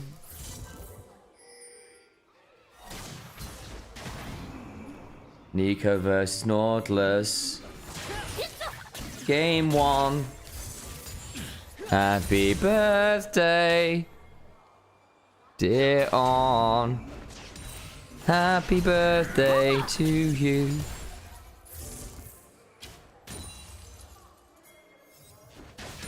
Sam, it's on the 12th. Okay, so it's not actually his birthday. No, wow. It's in 2 days. It's almost his birthday. Happy almost birthday to On. I've sung the song now.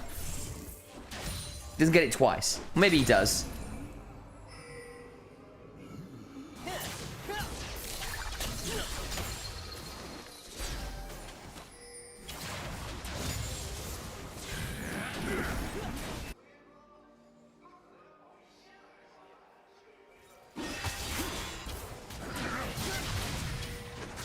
Well, landing a good little route there.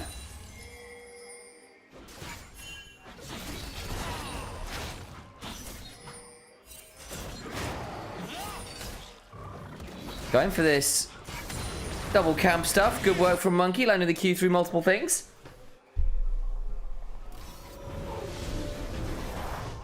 Lots of good side assault options, I agree.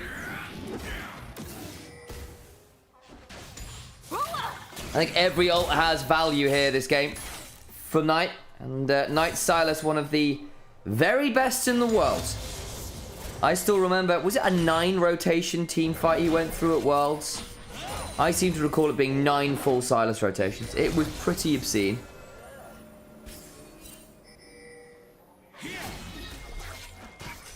On rolling up the river, looking to potentially fight Monkey here. Flash on forward, when becomes lightning. Old Age charge comes on in, but there's a depth charge. Monkey forced to flash away. Flash on forward from Beatron. Gets the root. Looking for another bit of an angle as the flash. Abscond, abduct. And Monkey dies for first blood. 3 flashes committed by BLG, but their work here is done.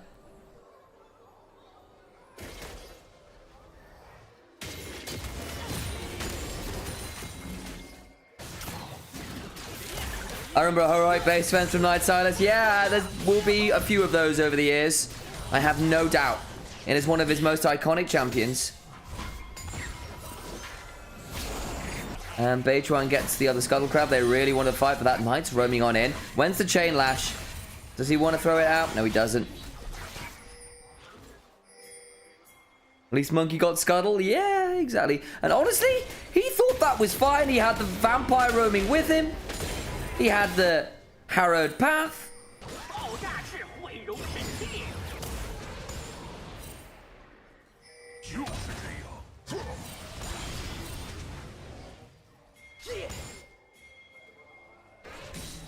Today is Off's birthday, says Karu.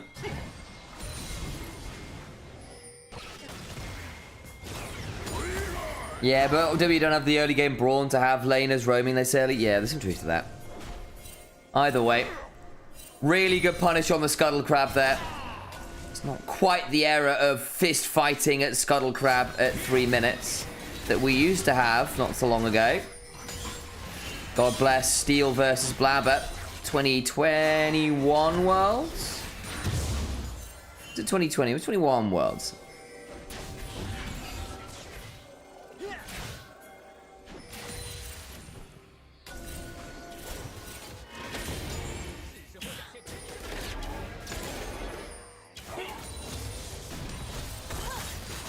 "21 MSI, that's what it was."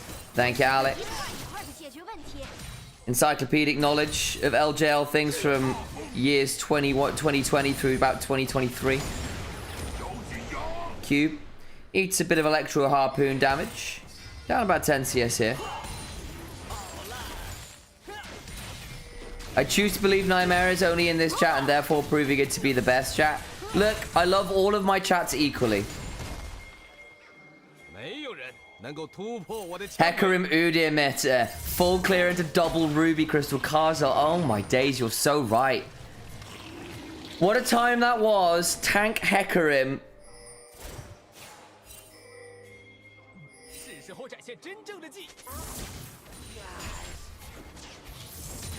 I love, sure you do. Yeah, it's true, Spirits Maker. I love all of my chats equally. Morgana jungle too? Yes, it was. Last time was actually meta, rather than like really occasionally niche. Sam is fine. We know you love us the most. Ruby. Again, this is the chat with all the vampire fan degenerates. There might be more of you chatting there sometimes. But you know, there are some downsides here as well.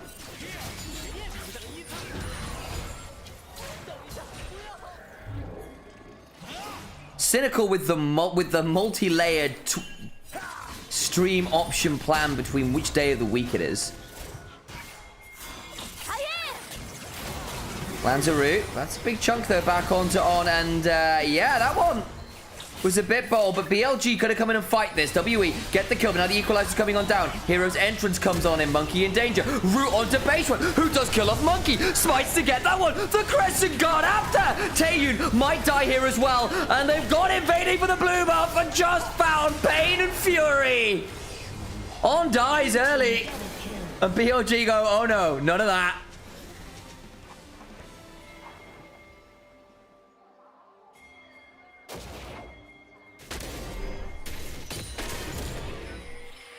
They sent everybody up there. Taeyun was there as well. Suddenly, Elks 2-0-1. Knight with another assist. It starts with On getting caught here. Isn't respectful of the dredge line. But the TPs are coming, so they want to keep WE interested. Monkey's going to ult out, and they go to try and turn onto Beishwan, who just murders Monkey, and then gets the blue buff and the Crescent Guard knock away. Nah, Beishwan should have died. Absolutely criminal. No way you guys take the blue buff and the Viego with him. And knocks the Varus out towards the Ezreal as well.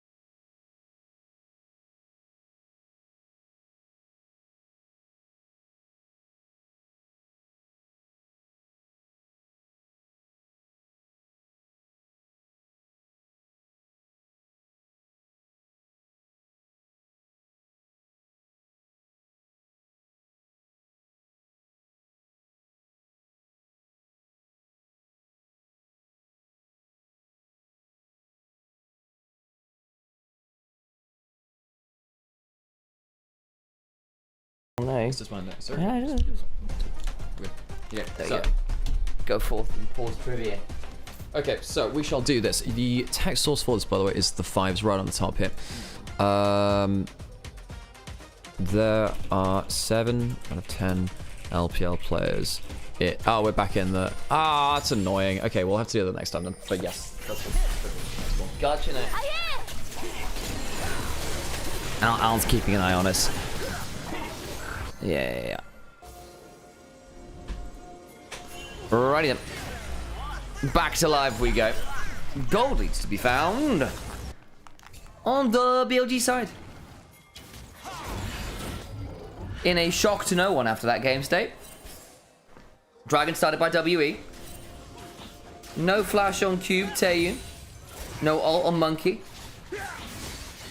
With the exception of Bin, BLG also up their flashes, so there is that.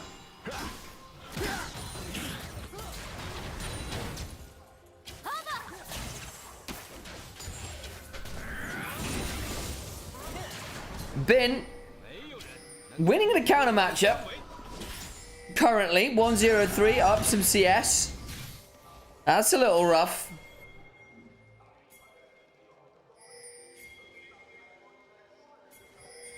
Jim was stronger after the W rework, longer recast. Yeah, it really helped him.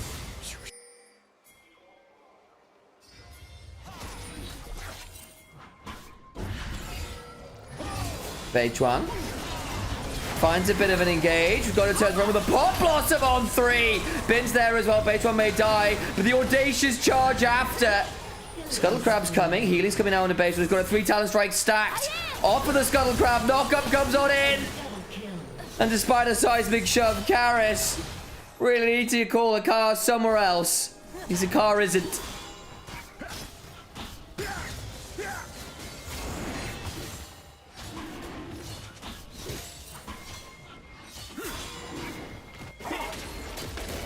I think we're done for this game. Yeah, we probably are. Might even get to play topside. Oh no.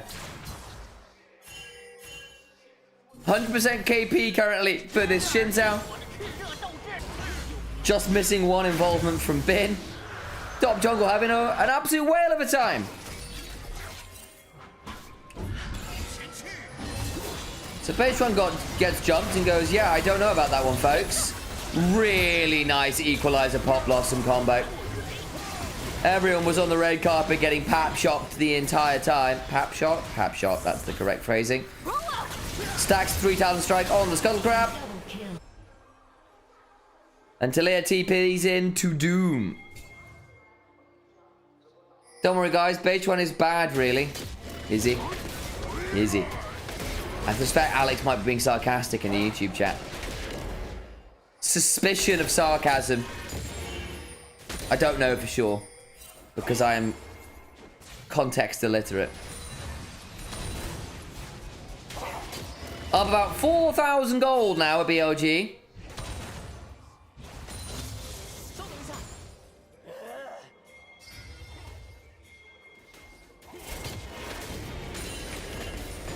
TP as well. Oh, cube.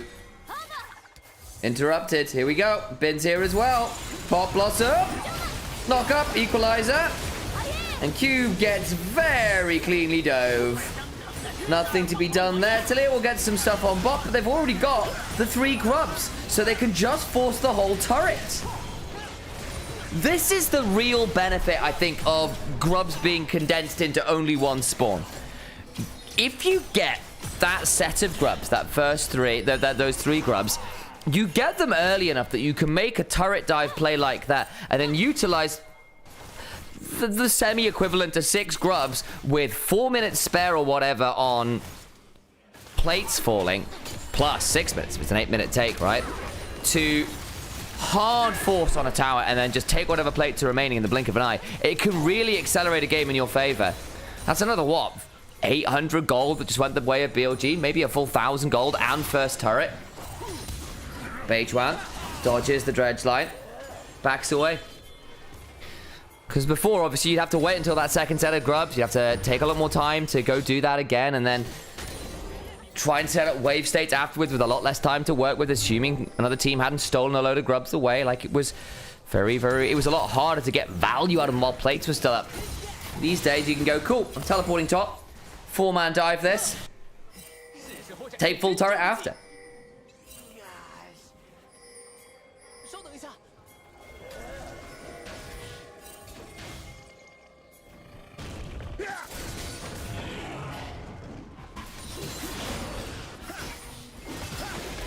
Blue buff invade happening. BLG there in force. Back away with that one taken. 2 minutes until Dragon, and BLG are running away with this one, folks. No real easy way to say that. They have got the feats of strength now as well, having claimed that first turret topside.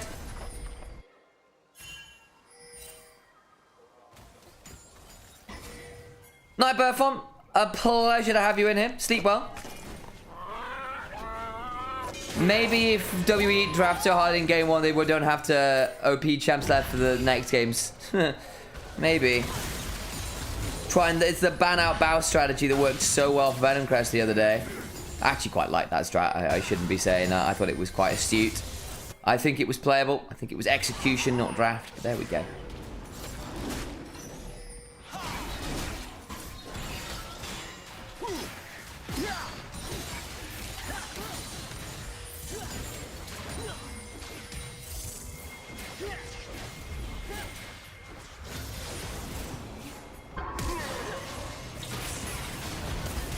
There we go. Jumps on forwards, on, flashes over the wall, stays alive, avoids the chains of corruption. Mid lane turret has fallen on, alive. Weaver's wall goes nowhere really. On, turns into the Xin Zhao, hop up, back away, but it's wrong one picked. And they do get that kill onto the Nico as a result. On can't play that one out. Elk now in danger. Does he have an arcane shift up and available? Will do shortly. Doesn't get out. Another kill to Monkey. Baseball now flashing away. BLG. What the hell happened there? That was pretty ugly stuff. Awkward escape. They get the mid-tier 1. Lose their bot lane doing it. Probably the Herald after as well. A much-needed influx of gold for WE. They might still come and fight this. Vampire gets jumped on. Seismic shove after. In comes the hero's entrance. Crescent Guard is running, but it'll run out shortly. Base one now in danger. Turns around and gets one. Into the backline goes live with the angle on him. Pop Blossom back as who is here but on. And that Pop will still die though. True Shot Barrage comes on through as BLG just way overforce it. He didn't have to go and fight that. It was 3v5.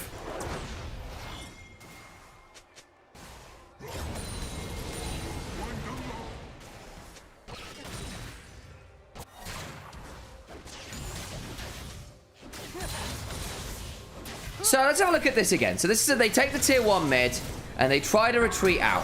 Depth charge comes on down and On's in danger, so he ends up getting jumped on, flashes into the raptor pit, and BLG teleport in to defend. That's all well and good. It's this extraction here that becomes problematic. Monkey just gets a really good jump on forwards. And the shape changer, form change doesn't work out. Elk doesn't have mana for the arcane shift, I don't think. Already burned the flash and the cleanse, so it's another pickup. And then it's 5v3. You don't have to fight that Herald. You don't. You really don't. Dragon secured as well. Yes, they have to, says 1,000 guys. So they're not contractually obligated to be silly. It's been a good early game, and then the mid-game perplexing moment that we have known to be a part of the BLG character. Never knowingly back down for an objective fight. Page 1 needs to be a bit wary. Jumped on. On's now in danger here with his jungler as well. Nice vision trap there. Can look for something more. Karras, though, is now very deep. Gonna get Pop Blossoms. Will die for this. On will as well, likely. Monkey picks up that kill with the Heartbreaker. 1 for 2. Can now put Herald mid and look to shove this out.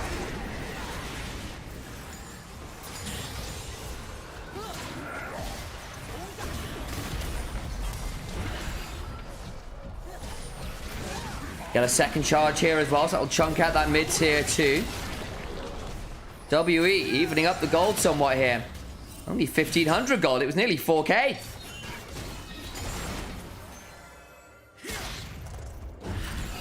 Monkey needs to be a bit careful here, but Monkey, from being 1 and 3, now 3, 3 and 5, much better spot on this Viego.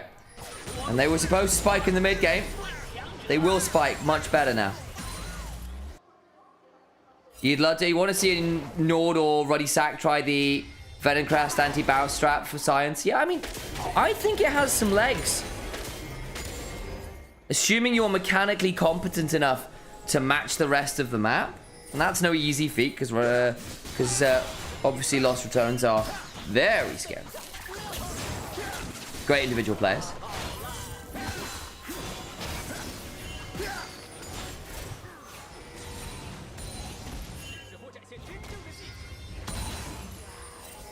Viego carry pants on, Kraken Titanic. Absolutely. Well, he's gone Sundered Sky for a little bit more survivability, which I think is okay-ish.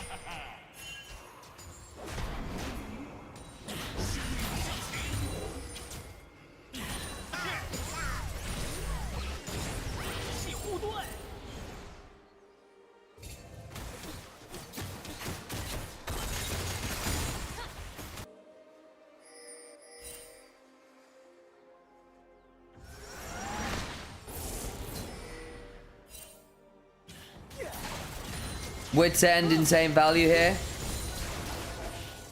Yeah, actually, not a bad shout. I could see Kanik Rookern too if you feel like you want to be a front line, but I think as the Viego. Wits End is good here. Tenacity too. With Merc Treads. Yeah. Not awful. Not that much that you need Tenacity for, though. So maybe more.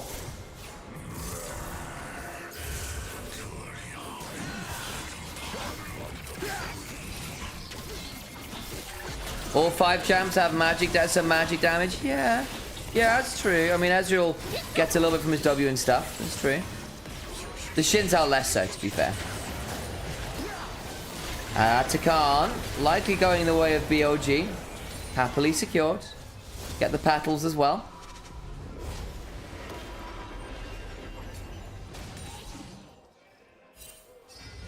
More also good. Yeah, I feel like more with the lifelink might be more valuable. But I'm happy to be convinced otherwise.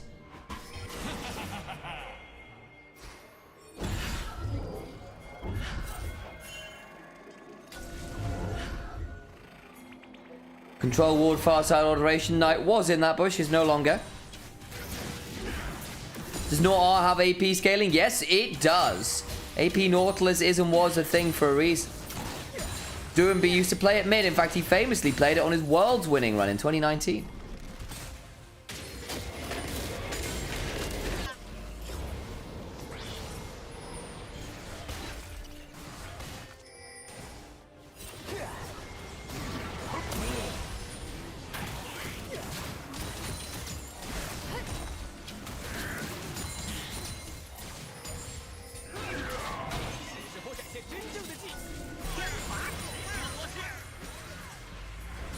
There goes Bin.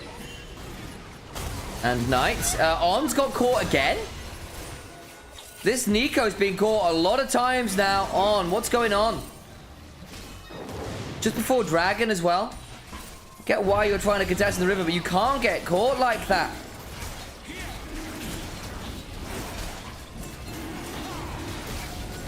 That's another Dragon over WE.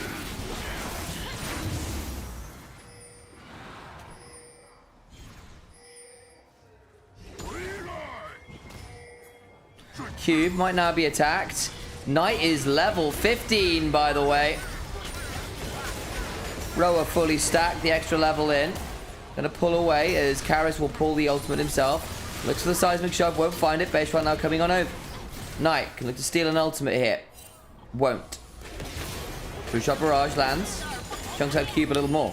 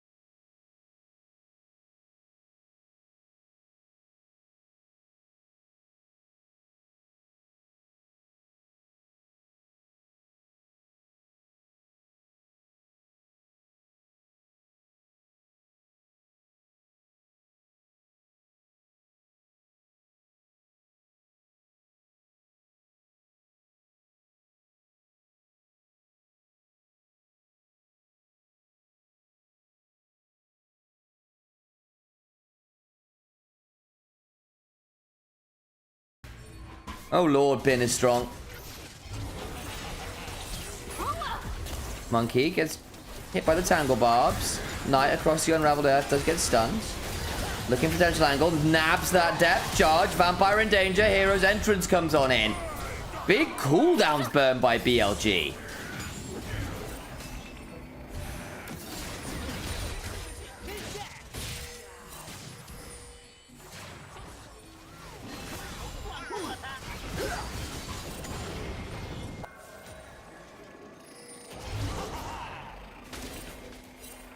Not a fan of On. Shiziards. Again, I apologize. It's Hungarian, isn't it, your name, if I remember correctly? Was it Romanian? One of the two. You did say it, and I've forgotten. It's been a month or two. But yeah, I kind of agree On has been a bit of a loss factor for BLG this year. BLG blowing WE Global is pretty easy. Not a great sign given WE often need to use it to make plays of their own. Yeah, I can agree with that too. They've not really needed to, though. Just kept picking up On.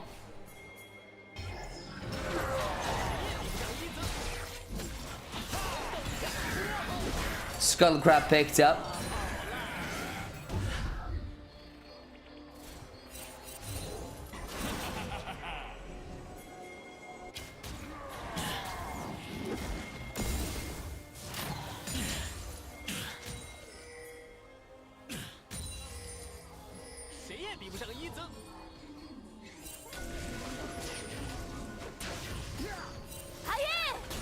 Wards successfully swept by BLG.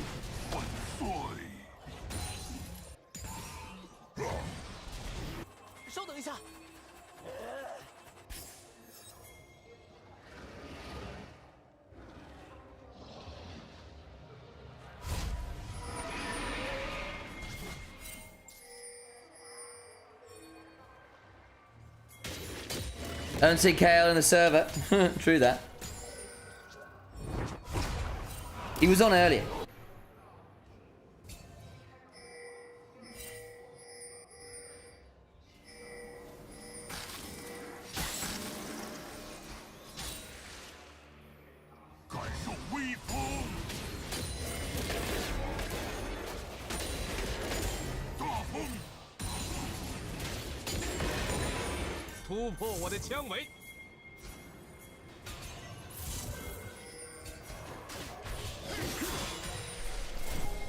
So, 20 seconds until the next dragon.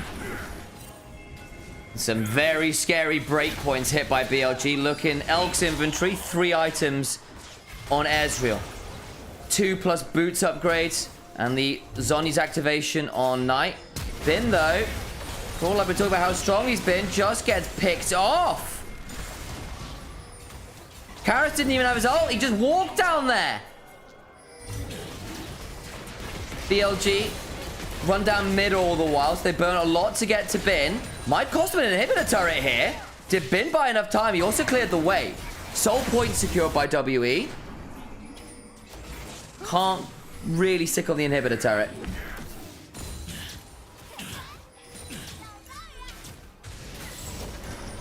Oh, you're from Transylvania, so you're kind of both. Ah, fair.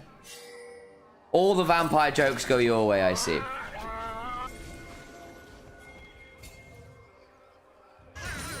Kind of look like a vampire. I'm super pale. Look again. Well, there you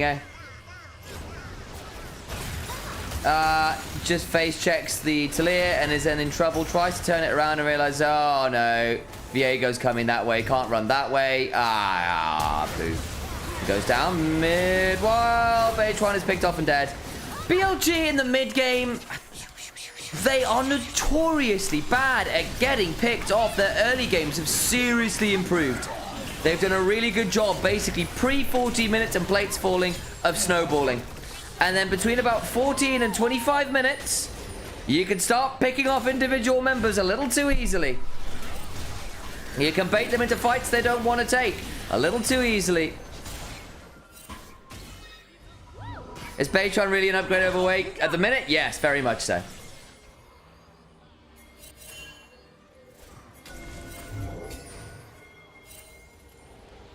Vampire is winning finals MVP this year, says Broderbell. There's a bold call. How much did Aragon PayPal you?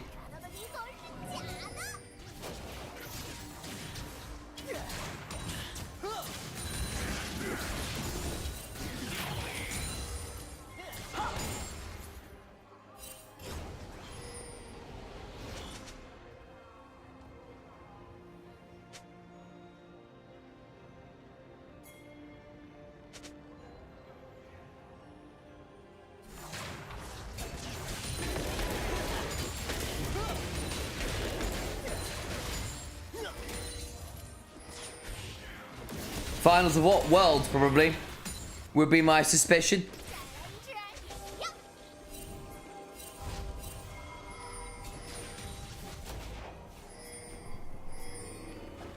LDL Summer Finals after getting demoted. You never did play LDL. You went straight from solo queue up to the main stage. On, slow down. Oh, on! On! How does this keep happening? He's got flash! Elf's gonna get dived on now as well. Oh, it's just so messy. Object permanence for this team is non-existent. Vampire's gonna keep on going, and morale will keep taking a beating until gameplay improves. Monkey, wonderful pick there. Let's give her the other side of that. Can they look to end the game here? 30 seconds on the Ezreal on the Rumble. They've got 5v3. They could certainly look to be very aggressive here. How on earth did BLG let this early game go? They're gonna look. Stolen Weaver's Wall. Splits Vampire off. Nice play from Knight. And WE back away now. They certainly went to look at the Nexus turrets. They're being a little greedy from them. Hijack Weaver's Wall enough to split the minions away.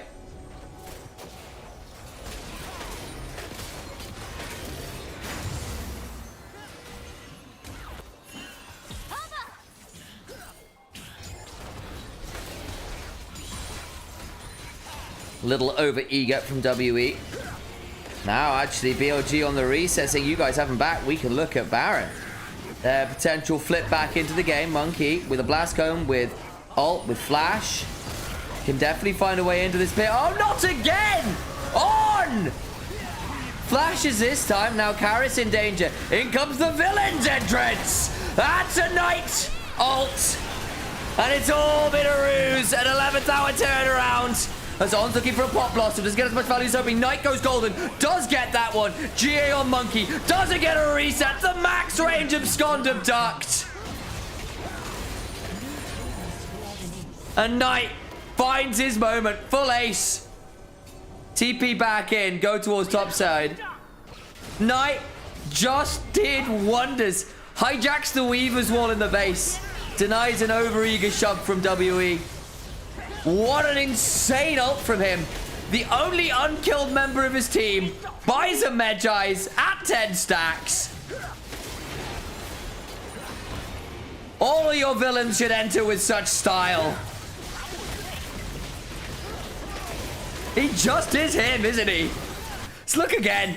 It starts with Monkey, off vision, smite, spectral maw. Actually, in fairness, really good pick from Monkey. That is a wonderful Viego angle.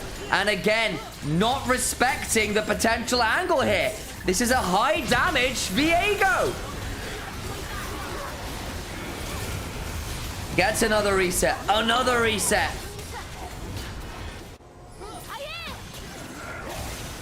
On gets hooked as the Weaver's Wall comes on down, and On flashes out this time. And then Elk goes forward onto Karis, who goes golden, and then basically in comes that hijack Galio up for the first time this game. And Knight finds insane value. Back to life we go. Soul on the line. Full WE. BLG in the river. We've got Baron to their name. They've actually got a 6,000 gold lead, or 5,000 gold lead again out of nowhere. Knight on a flank angle, stolen depth charge, clip for an angle, tree chop barrage across. Weaver's Wall in. Pop Blossom comes on up. Knight! Flash on in for that depth charge. Interrupts the Galio ult! There's no hero to enter because he's stuck in traffic. Air flight control says no, you're not cleared for takeoff. Taeyun backing away, Elk looking for mystic shots. Taeyun dodge, dip, duck, diving and dying. Vampire dredge sliding to the wave, throwing out a Riptide, trying to clear the wave and will fail to do so. It was all a prank, bro. BLG don't lose these games.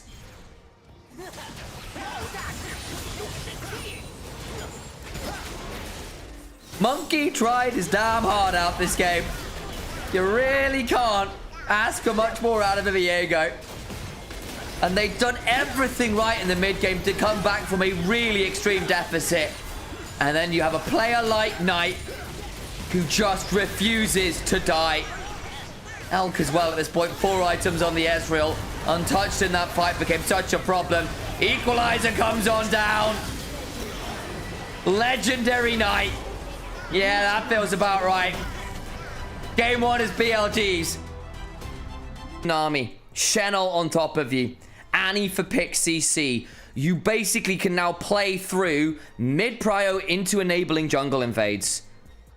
Akali for Knight. That's how they're going to try and manage the Annie. Annie can deal with this because she's got... if she manages to hold her disintegrate, you can use that when the Twilight Shroud comes down and stun the Akali even during that. I know, Alex. He hasn't played it yet this year, though. And I've been waiting since he's been on WE to pick it up again. I know he played it on EDG. But I was waiting because obviously he wasn't playing on an LPL team this year until he got called up to replace Sorrow.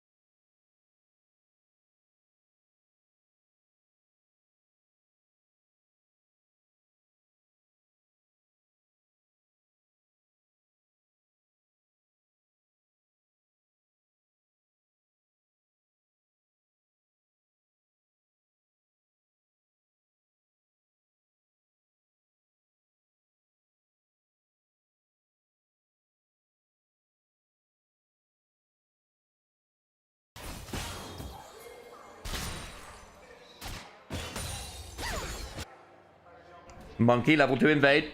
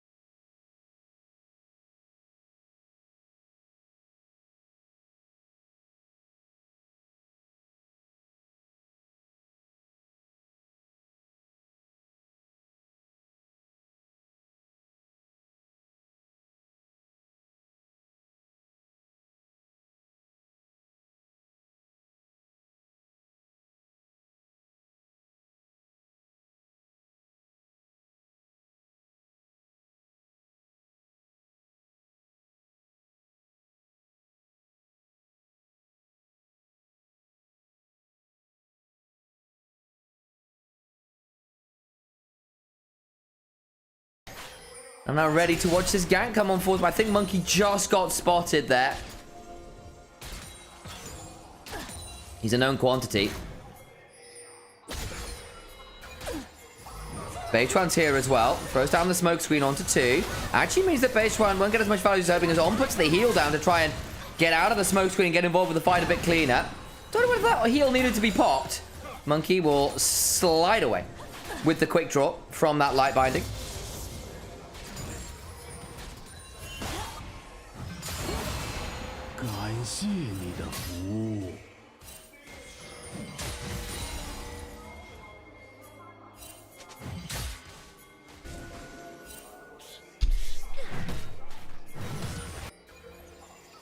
-1. Absolutely. There was a cannon missed. And Poppy steals another camp. Graves has only sadness in his life. Oh, they are being so mean here.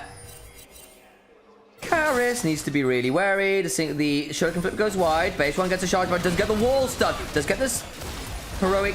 Sorry, steadfast presence. That's the word. Buy some time with that, and red buff now invaded, and I don't think WE can defend this.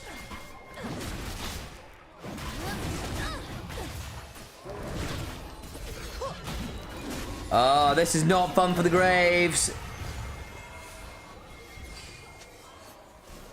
Well played, Elkanon, playing well in the 2v3. They normally don't. They've been very astute this game on the whole. We didn't see how On ended up as low as he did bot side. I think they went in for an all-in on Taeyun, who survived on Auto's HP.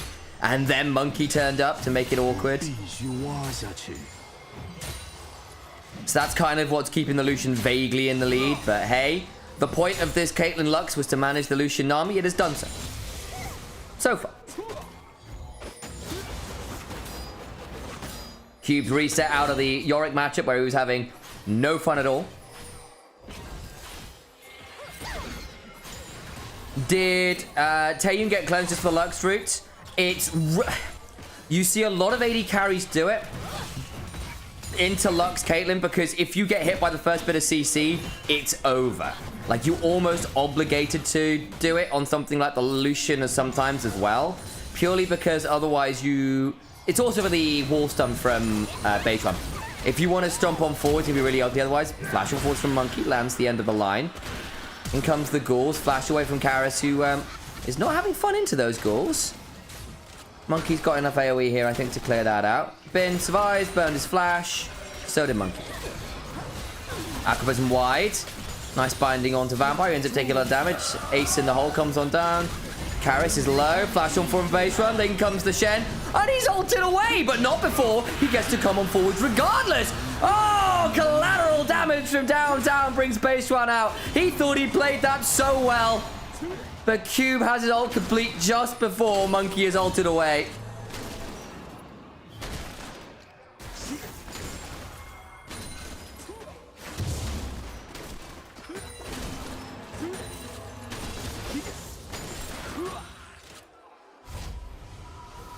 That was actually very smooth. The problem is, Caitlyn Lux have moved mid, gotten a plate, feeling very happy with themselves. Early collector by the looks of it from Elk. Into 4 squishies. Yeah, that's nice. Let's have a look topside. Karis is quick, the giggle low. Flash for the hammer shot. Knocks Monkey away, but oh, look where he comes in mid-air. Mid-air delivery. Nice. Almost super smooth.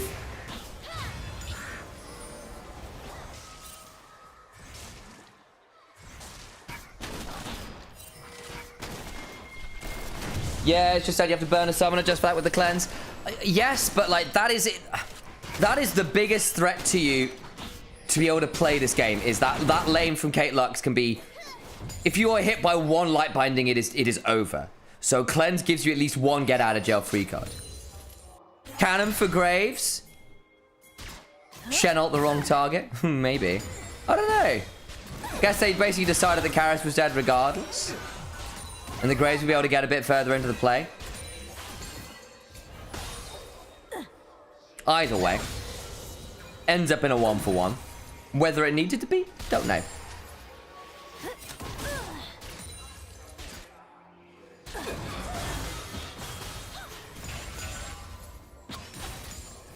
I guess they're expected to fight a 2v2 with Grave Shen, and Karis would get to walk away and weren't respecting the flat from Beichuan. Light binding into Lucent Singularity from On.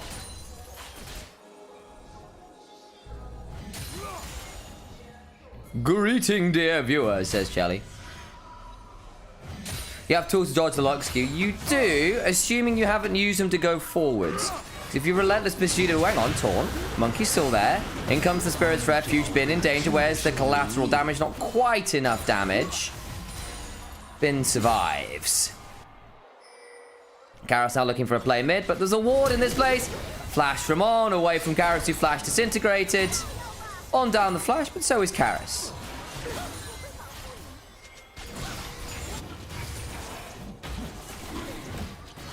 Yes, observers super zoomed in on Gravesdigger Cannon a few minutes ago. Wow. He's got Umbral Glaive first as well. That is a throwback to the past. That used to be a regular option on your AD junglers. Significantly less common these days, but it does give you more vision control. Used to be a big Graves build. Very cheap first item spike.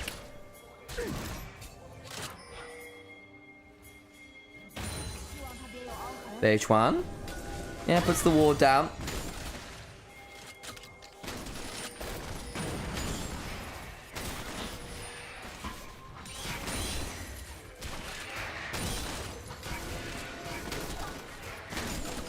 Clears out one ward.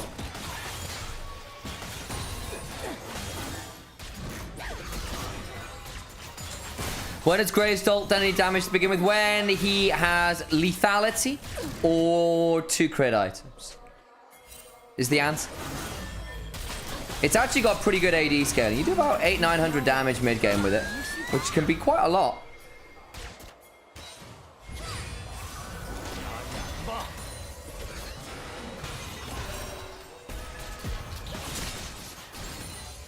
Why do I get the feeling that BLG just ends game 2? They might. Or game 1. Oh, and then to come back together in game 2. Yeah, there is a bit of that. They sometimes are asleep for the first game of the day. It's a known meme. On doesn't have flash. Aqua Prison. Monkey gets the kill with the collateral damage. Nice combo. Culling plus collateral damage will do a lot of work. Bot side, though, the cross map comes across and Knight picks up the Annie. 2 kills now for this Akali. Elk's going to be left alone under this mid lane turret. Needs to be a bit wary. They're going to dive this. Elk needs to be so aware. Misses the Aqua Prison. Still going to look to dive this. End of the line on the turret. Throws down the barrier. Going to try and flash away to safety. Taeyun gets it. Monkey, I don't think needed to flash. Was a bit worried that last order wouldn't do it. But good plays now from WE's mid jungle, jungle support rather, in the mid lane. Picking up both bot laners.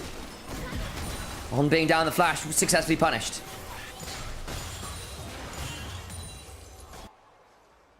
Elk was trying to flash towards Beichuan, who was roaming up from the bot side play, but was always going to get followed there, you have to imagine.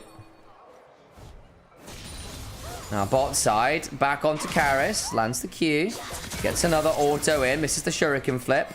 Half the HP bar of Karis disappears. Really bad flash from Elk, flash early out of Graves Q if anything. Yeah, I think that's fair.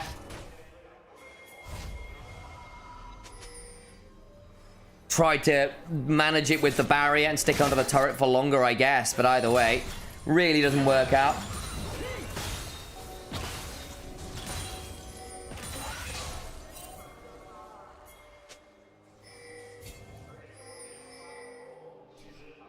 Elk crushing tier 2 boots. It's often a regular thing on Caitlyn because you want to cycle through headshots as much as possible. And into Lucian Nami, the space really matters. So boots rush on Caitlyn's nothing super unusual. Vampire eats a bit of a chunk. Knight gonna carry again. Yeah. Yeah, he could. That is a bad tidal wave. Elk sidesteps it. There's your boots value. Turn around, even with the collateral damage, nearly gets Elk. Where's the ace in the hole? Not available, but Knight still picks up that Nami. This time they have their own third member to BLG, not a 2v3 for once. Third kill for Knight. Q bots, I can try and get a bit of a chunk down here. All the while, the reminder, Bin got that tier 1 top. Is now farming Monkey's jungle. He's on Wolves. Walks up mid, claims that tier 1. Bonk. Did get the grubs as well. Beichuan will pick up the Herald at least. So grubs and Herald and an early dragon. BLG now quite happily there with your Feature strength. Let's have a look at this one. The tidal wave is just well wide. Bad ult from Vampire. Then WBG looking for help. Missed the flash Aqua Prison. Walk back onto the trap. Even the Stand United using it doesn't keep him alive. That's a horrible misplay from the bot lane. Vampire, what was that? Monkey now in danger himself. Nowhere to go. Nice pin into the wall there from BH1. Don't quite know how that one ended up in the position it did. Shuriken flip over. No stun available from Karis quite yet. Throws down Tibbers. Light binding lands, and they just absolutely eviscerate them. Perfect execution. Ensures that Annie will need to hug her Tibbers a lot closer at night. This Akali is becoming a nightmare.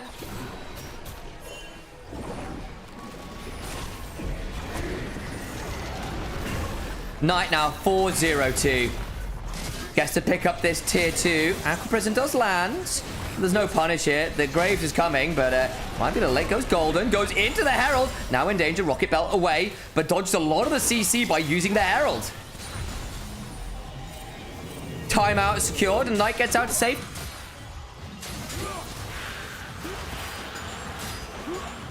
I don't mind Boots rush on Kate this game because she needs to not die mid lane this game and it keeps her safe. I think I agree with you. Early Mikhails from On helps with that as well.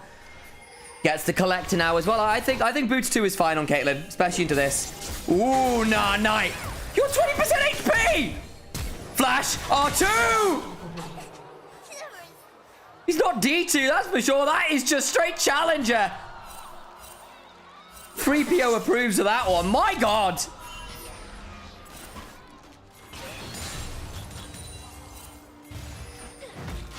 He did that on a 3rd HP into an Annie. Knight has heard the criticism, has seen that maybe this guy called Chovy is really taking over the LCK. 12-0 in series or something right now.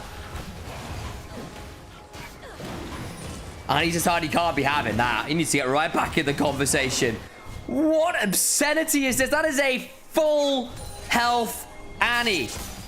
A 3rd HP on Knight, and he just doesn't give a fuck.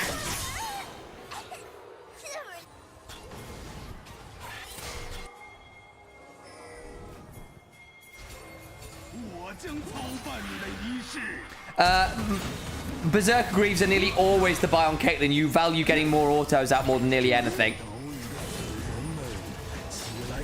Gets you the headshot more often, which is a lot of your damage. Cube will now die. Elk gets that one, donated it. And they'll get the turret as well. BLG. Fumbled the mid game last game. So far this game, they are not. Karis will at least get that tier 1 topside. Bounties on. Ugh. Hubris done for Graves. He's the only person remotely close in gold. Which is wild considering he lost a lot of farm. But hey, good for Monkey. You do still have a really nasty burst combo into a very squishy comp in Fence. You can find a collateral damage calling combo in like 2 people. They haven't do some work. They stun onto the Akali. She's dead. That's the book page is gone. That was always the worry. You can do that. All the pages in the Magi's suddenly very empty. Lucent Singularity. Sorry, Lucent Singularity. Final Spark. That's the name of the ultimate. Lucent Singularity is the E. Bad map read, yeah, a little bit. Was not expecting Nami there and gets tidal waved and dies. Oops. Monkey now, bot side. Might get stunned wall hit by BH1. There's a Keeper's Verdict and a step fast press. The Monkey can't leave. Flash, auto, phase rush. Oh, flash in from Elk. Just out of range for another auto there. Tried to stick in the smoke screen to give himself some safety from BH1. Man, that was close. Had Nimbus Cloak speed up, but the phase rush on the other side too much from BH1.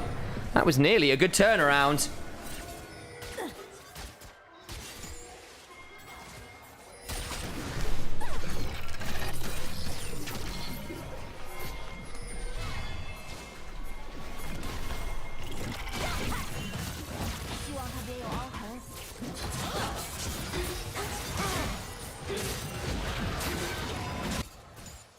Well, looks like we're getting an Atakan start by BLG. Elkanon in mid lane. Everything is normal, guys. Nothing weird is happening. Don't look at the Atakan.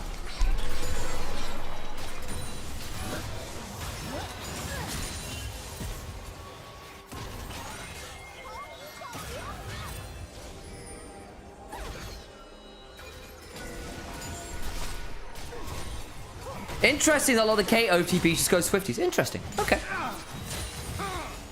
I guess if you were going to rush boots, though, you'd go Berserkers.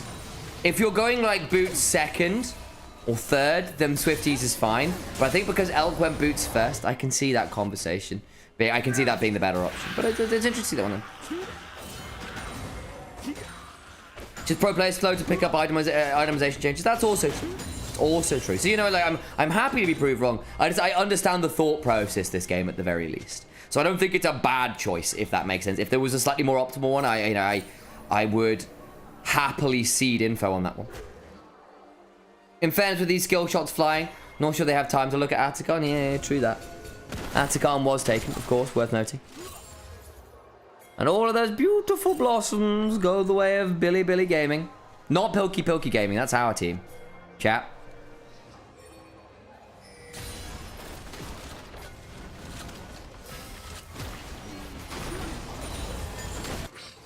Elk's gonna get a lot of time bot. Oh, that's a really fun trap, by the way. H1 spots that one out alongside the final spot from On. Doesn't quite hit anyone. 35 seconds on Dragon. It'd be soul point for BLG. Elk's still shoving. Oh my days, he's gonna get the inhibitor hit. Someone needs to come and stop him. Anyway, actually bot side, Cube is in danger on a 1v2. Knight lands the rocket belt. Lands the shuriken flip after. Goes back in. Storm Surge comes on down and Yorick whacks him with the last rites. Elk is dead. Clearly there was some flashes blown from Vampire and Karis to secure that one. Didn't quite see how it all started, but it looks like it's a full send from WE to kill off the Caitlyn. Baytron goes on forward. A little bit squishy there towards the full lethality Graves, who just procs you with a Dark Harvest proc. Poppy isn't that tanky. He's gone Sunder Sky and Shojin. Bin is now absolutely unreachable, though, on the other side, though. He just one-shot Annie. And there goes the inhibitor turret. Shows Elk how it's supposed to be done. Gonna turn on to Dragon here. Bayton's gonna walk on forwards. Keeper's verdict available. Knocks the Lucian away. Puts Monkey in a difficult spot. In comes the Shen, though. Baytwan in danger. Has to go away. Gets the Dragon. Does get eviscerated, though. Down goes the Akali, picked up by Taeyun from across the wall. Baytwan looking to trade onto Vampire. Aqua Prison, though. In comes the ace in the hole. Has been roamed up from the work he did bot side to pick up Taeyun. And claims another.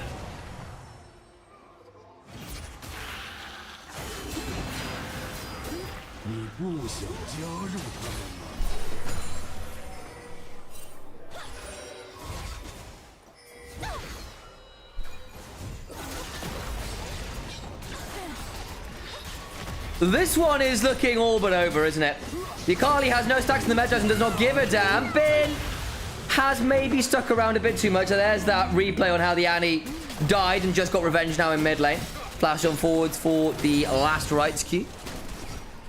Mid lane tier 3 has fallen. The inhibitor has not.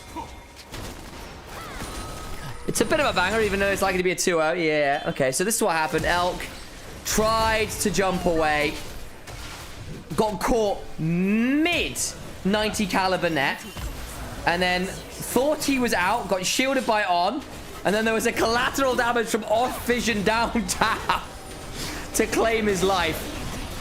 Bit aggrieved for Elk there. On will get chunked out really low. Baron, I think, might well be the side of WE's there. Bin's still dead for 7 seconds. They're going to play this 4v5. Knight looking for an angle on the other side. The tidal wave lands onto On. Elk in dangerous. Cube's gone in. Baron was stolen! Basewag got in! Nah! Monkey flashes for an auto. Doesn't get the execute. And in a 4v5, they still lose the Baron? Vampire lands in Aqua Prison, but I think it should be the whole of WE going to jail. That was illegal. Red team has scored an ace.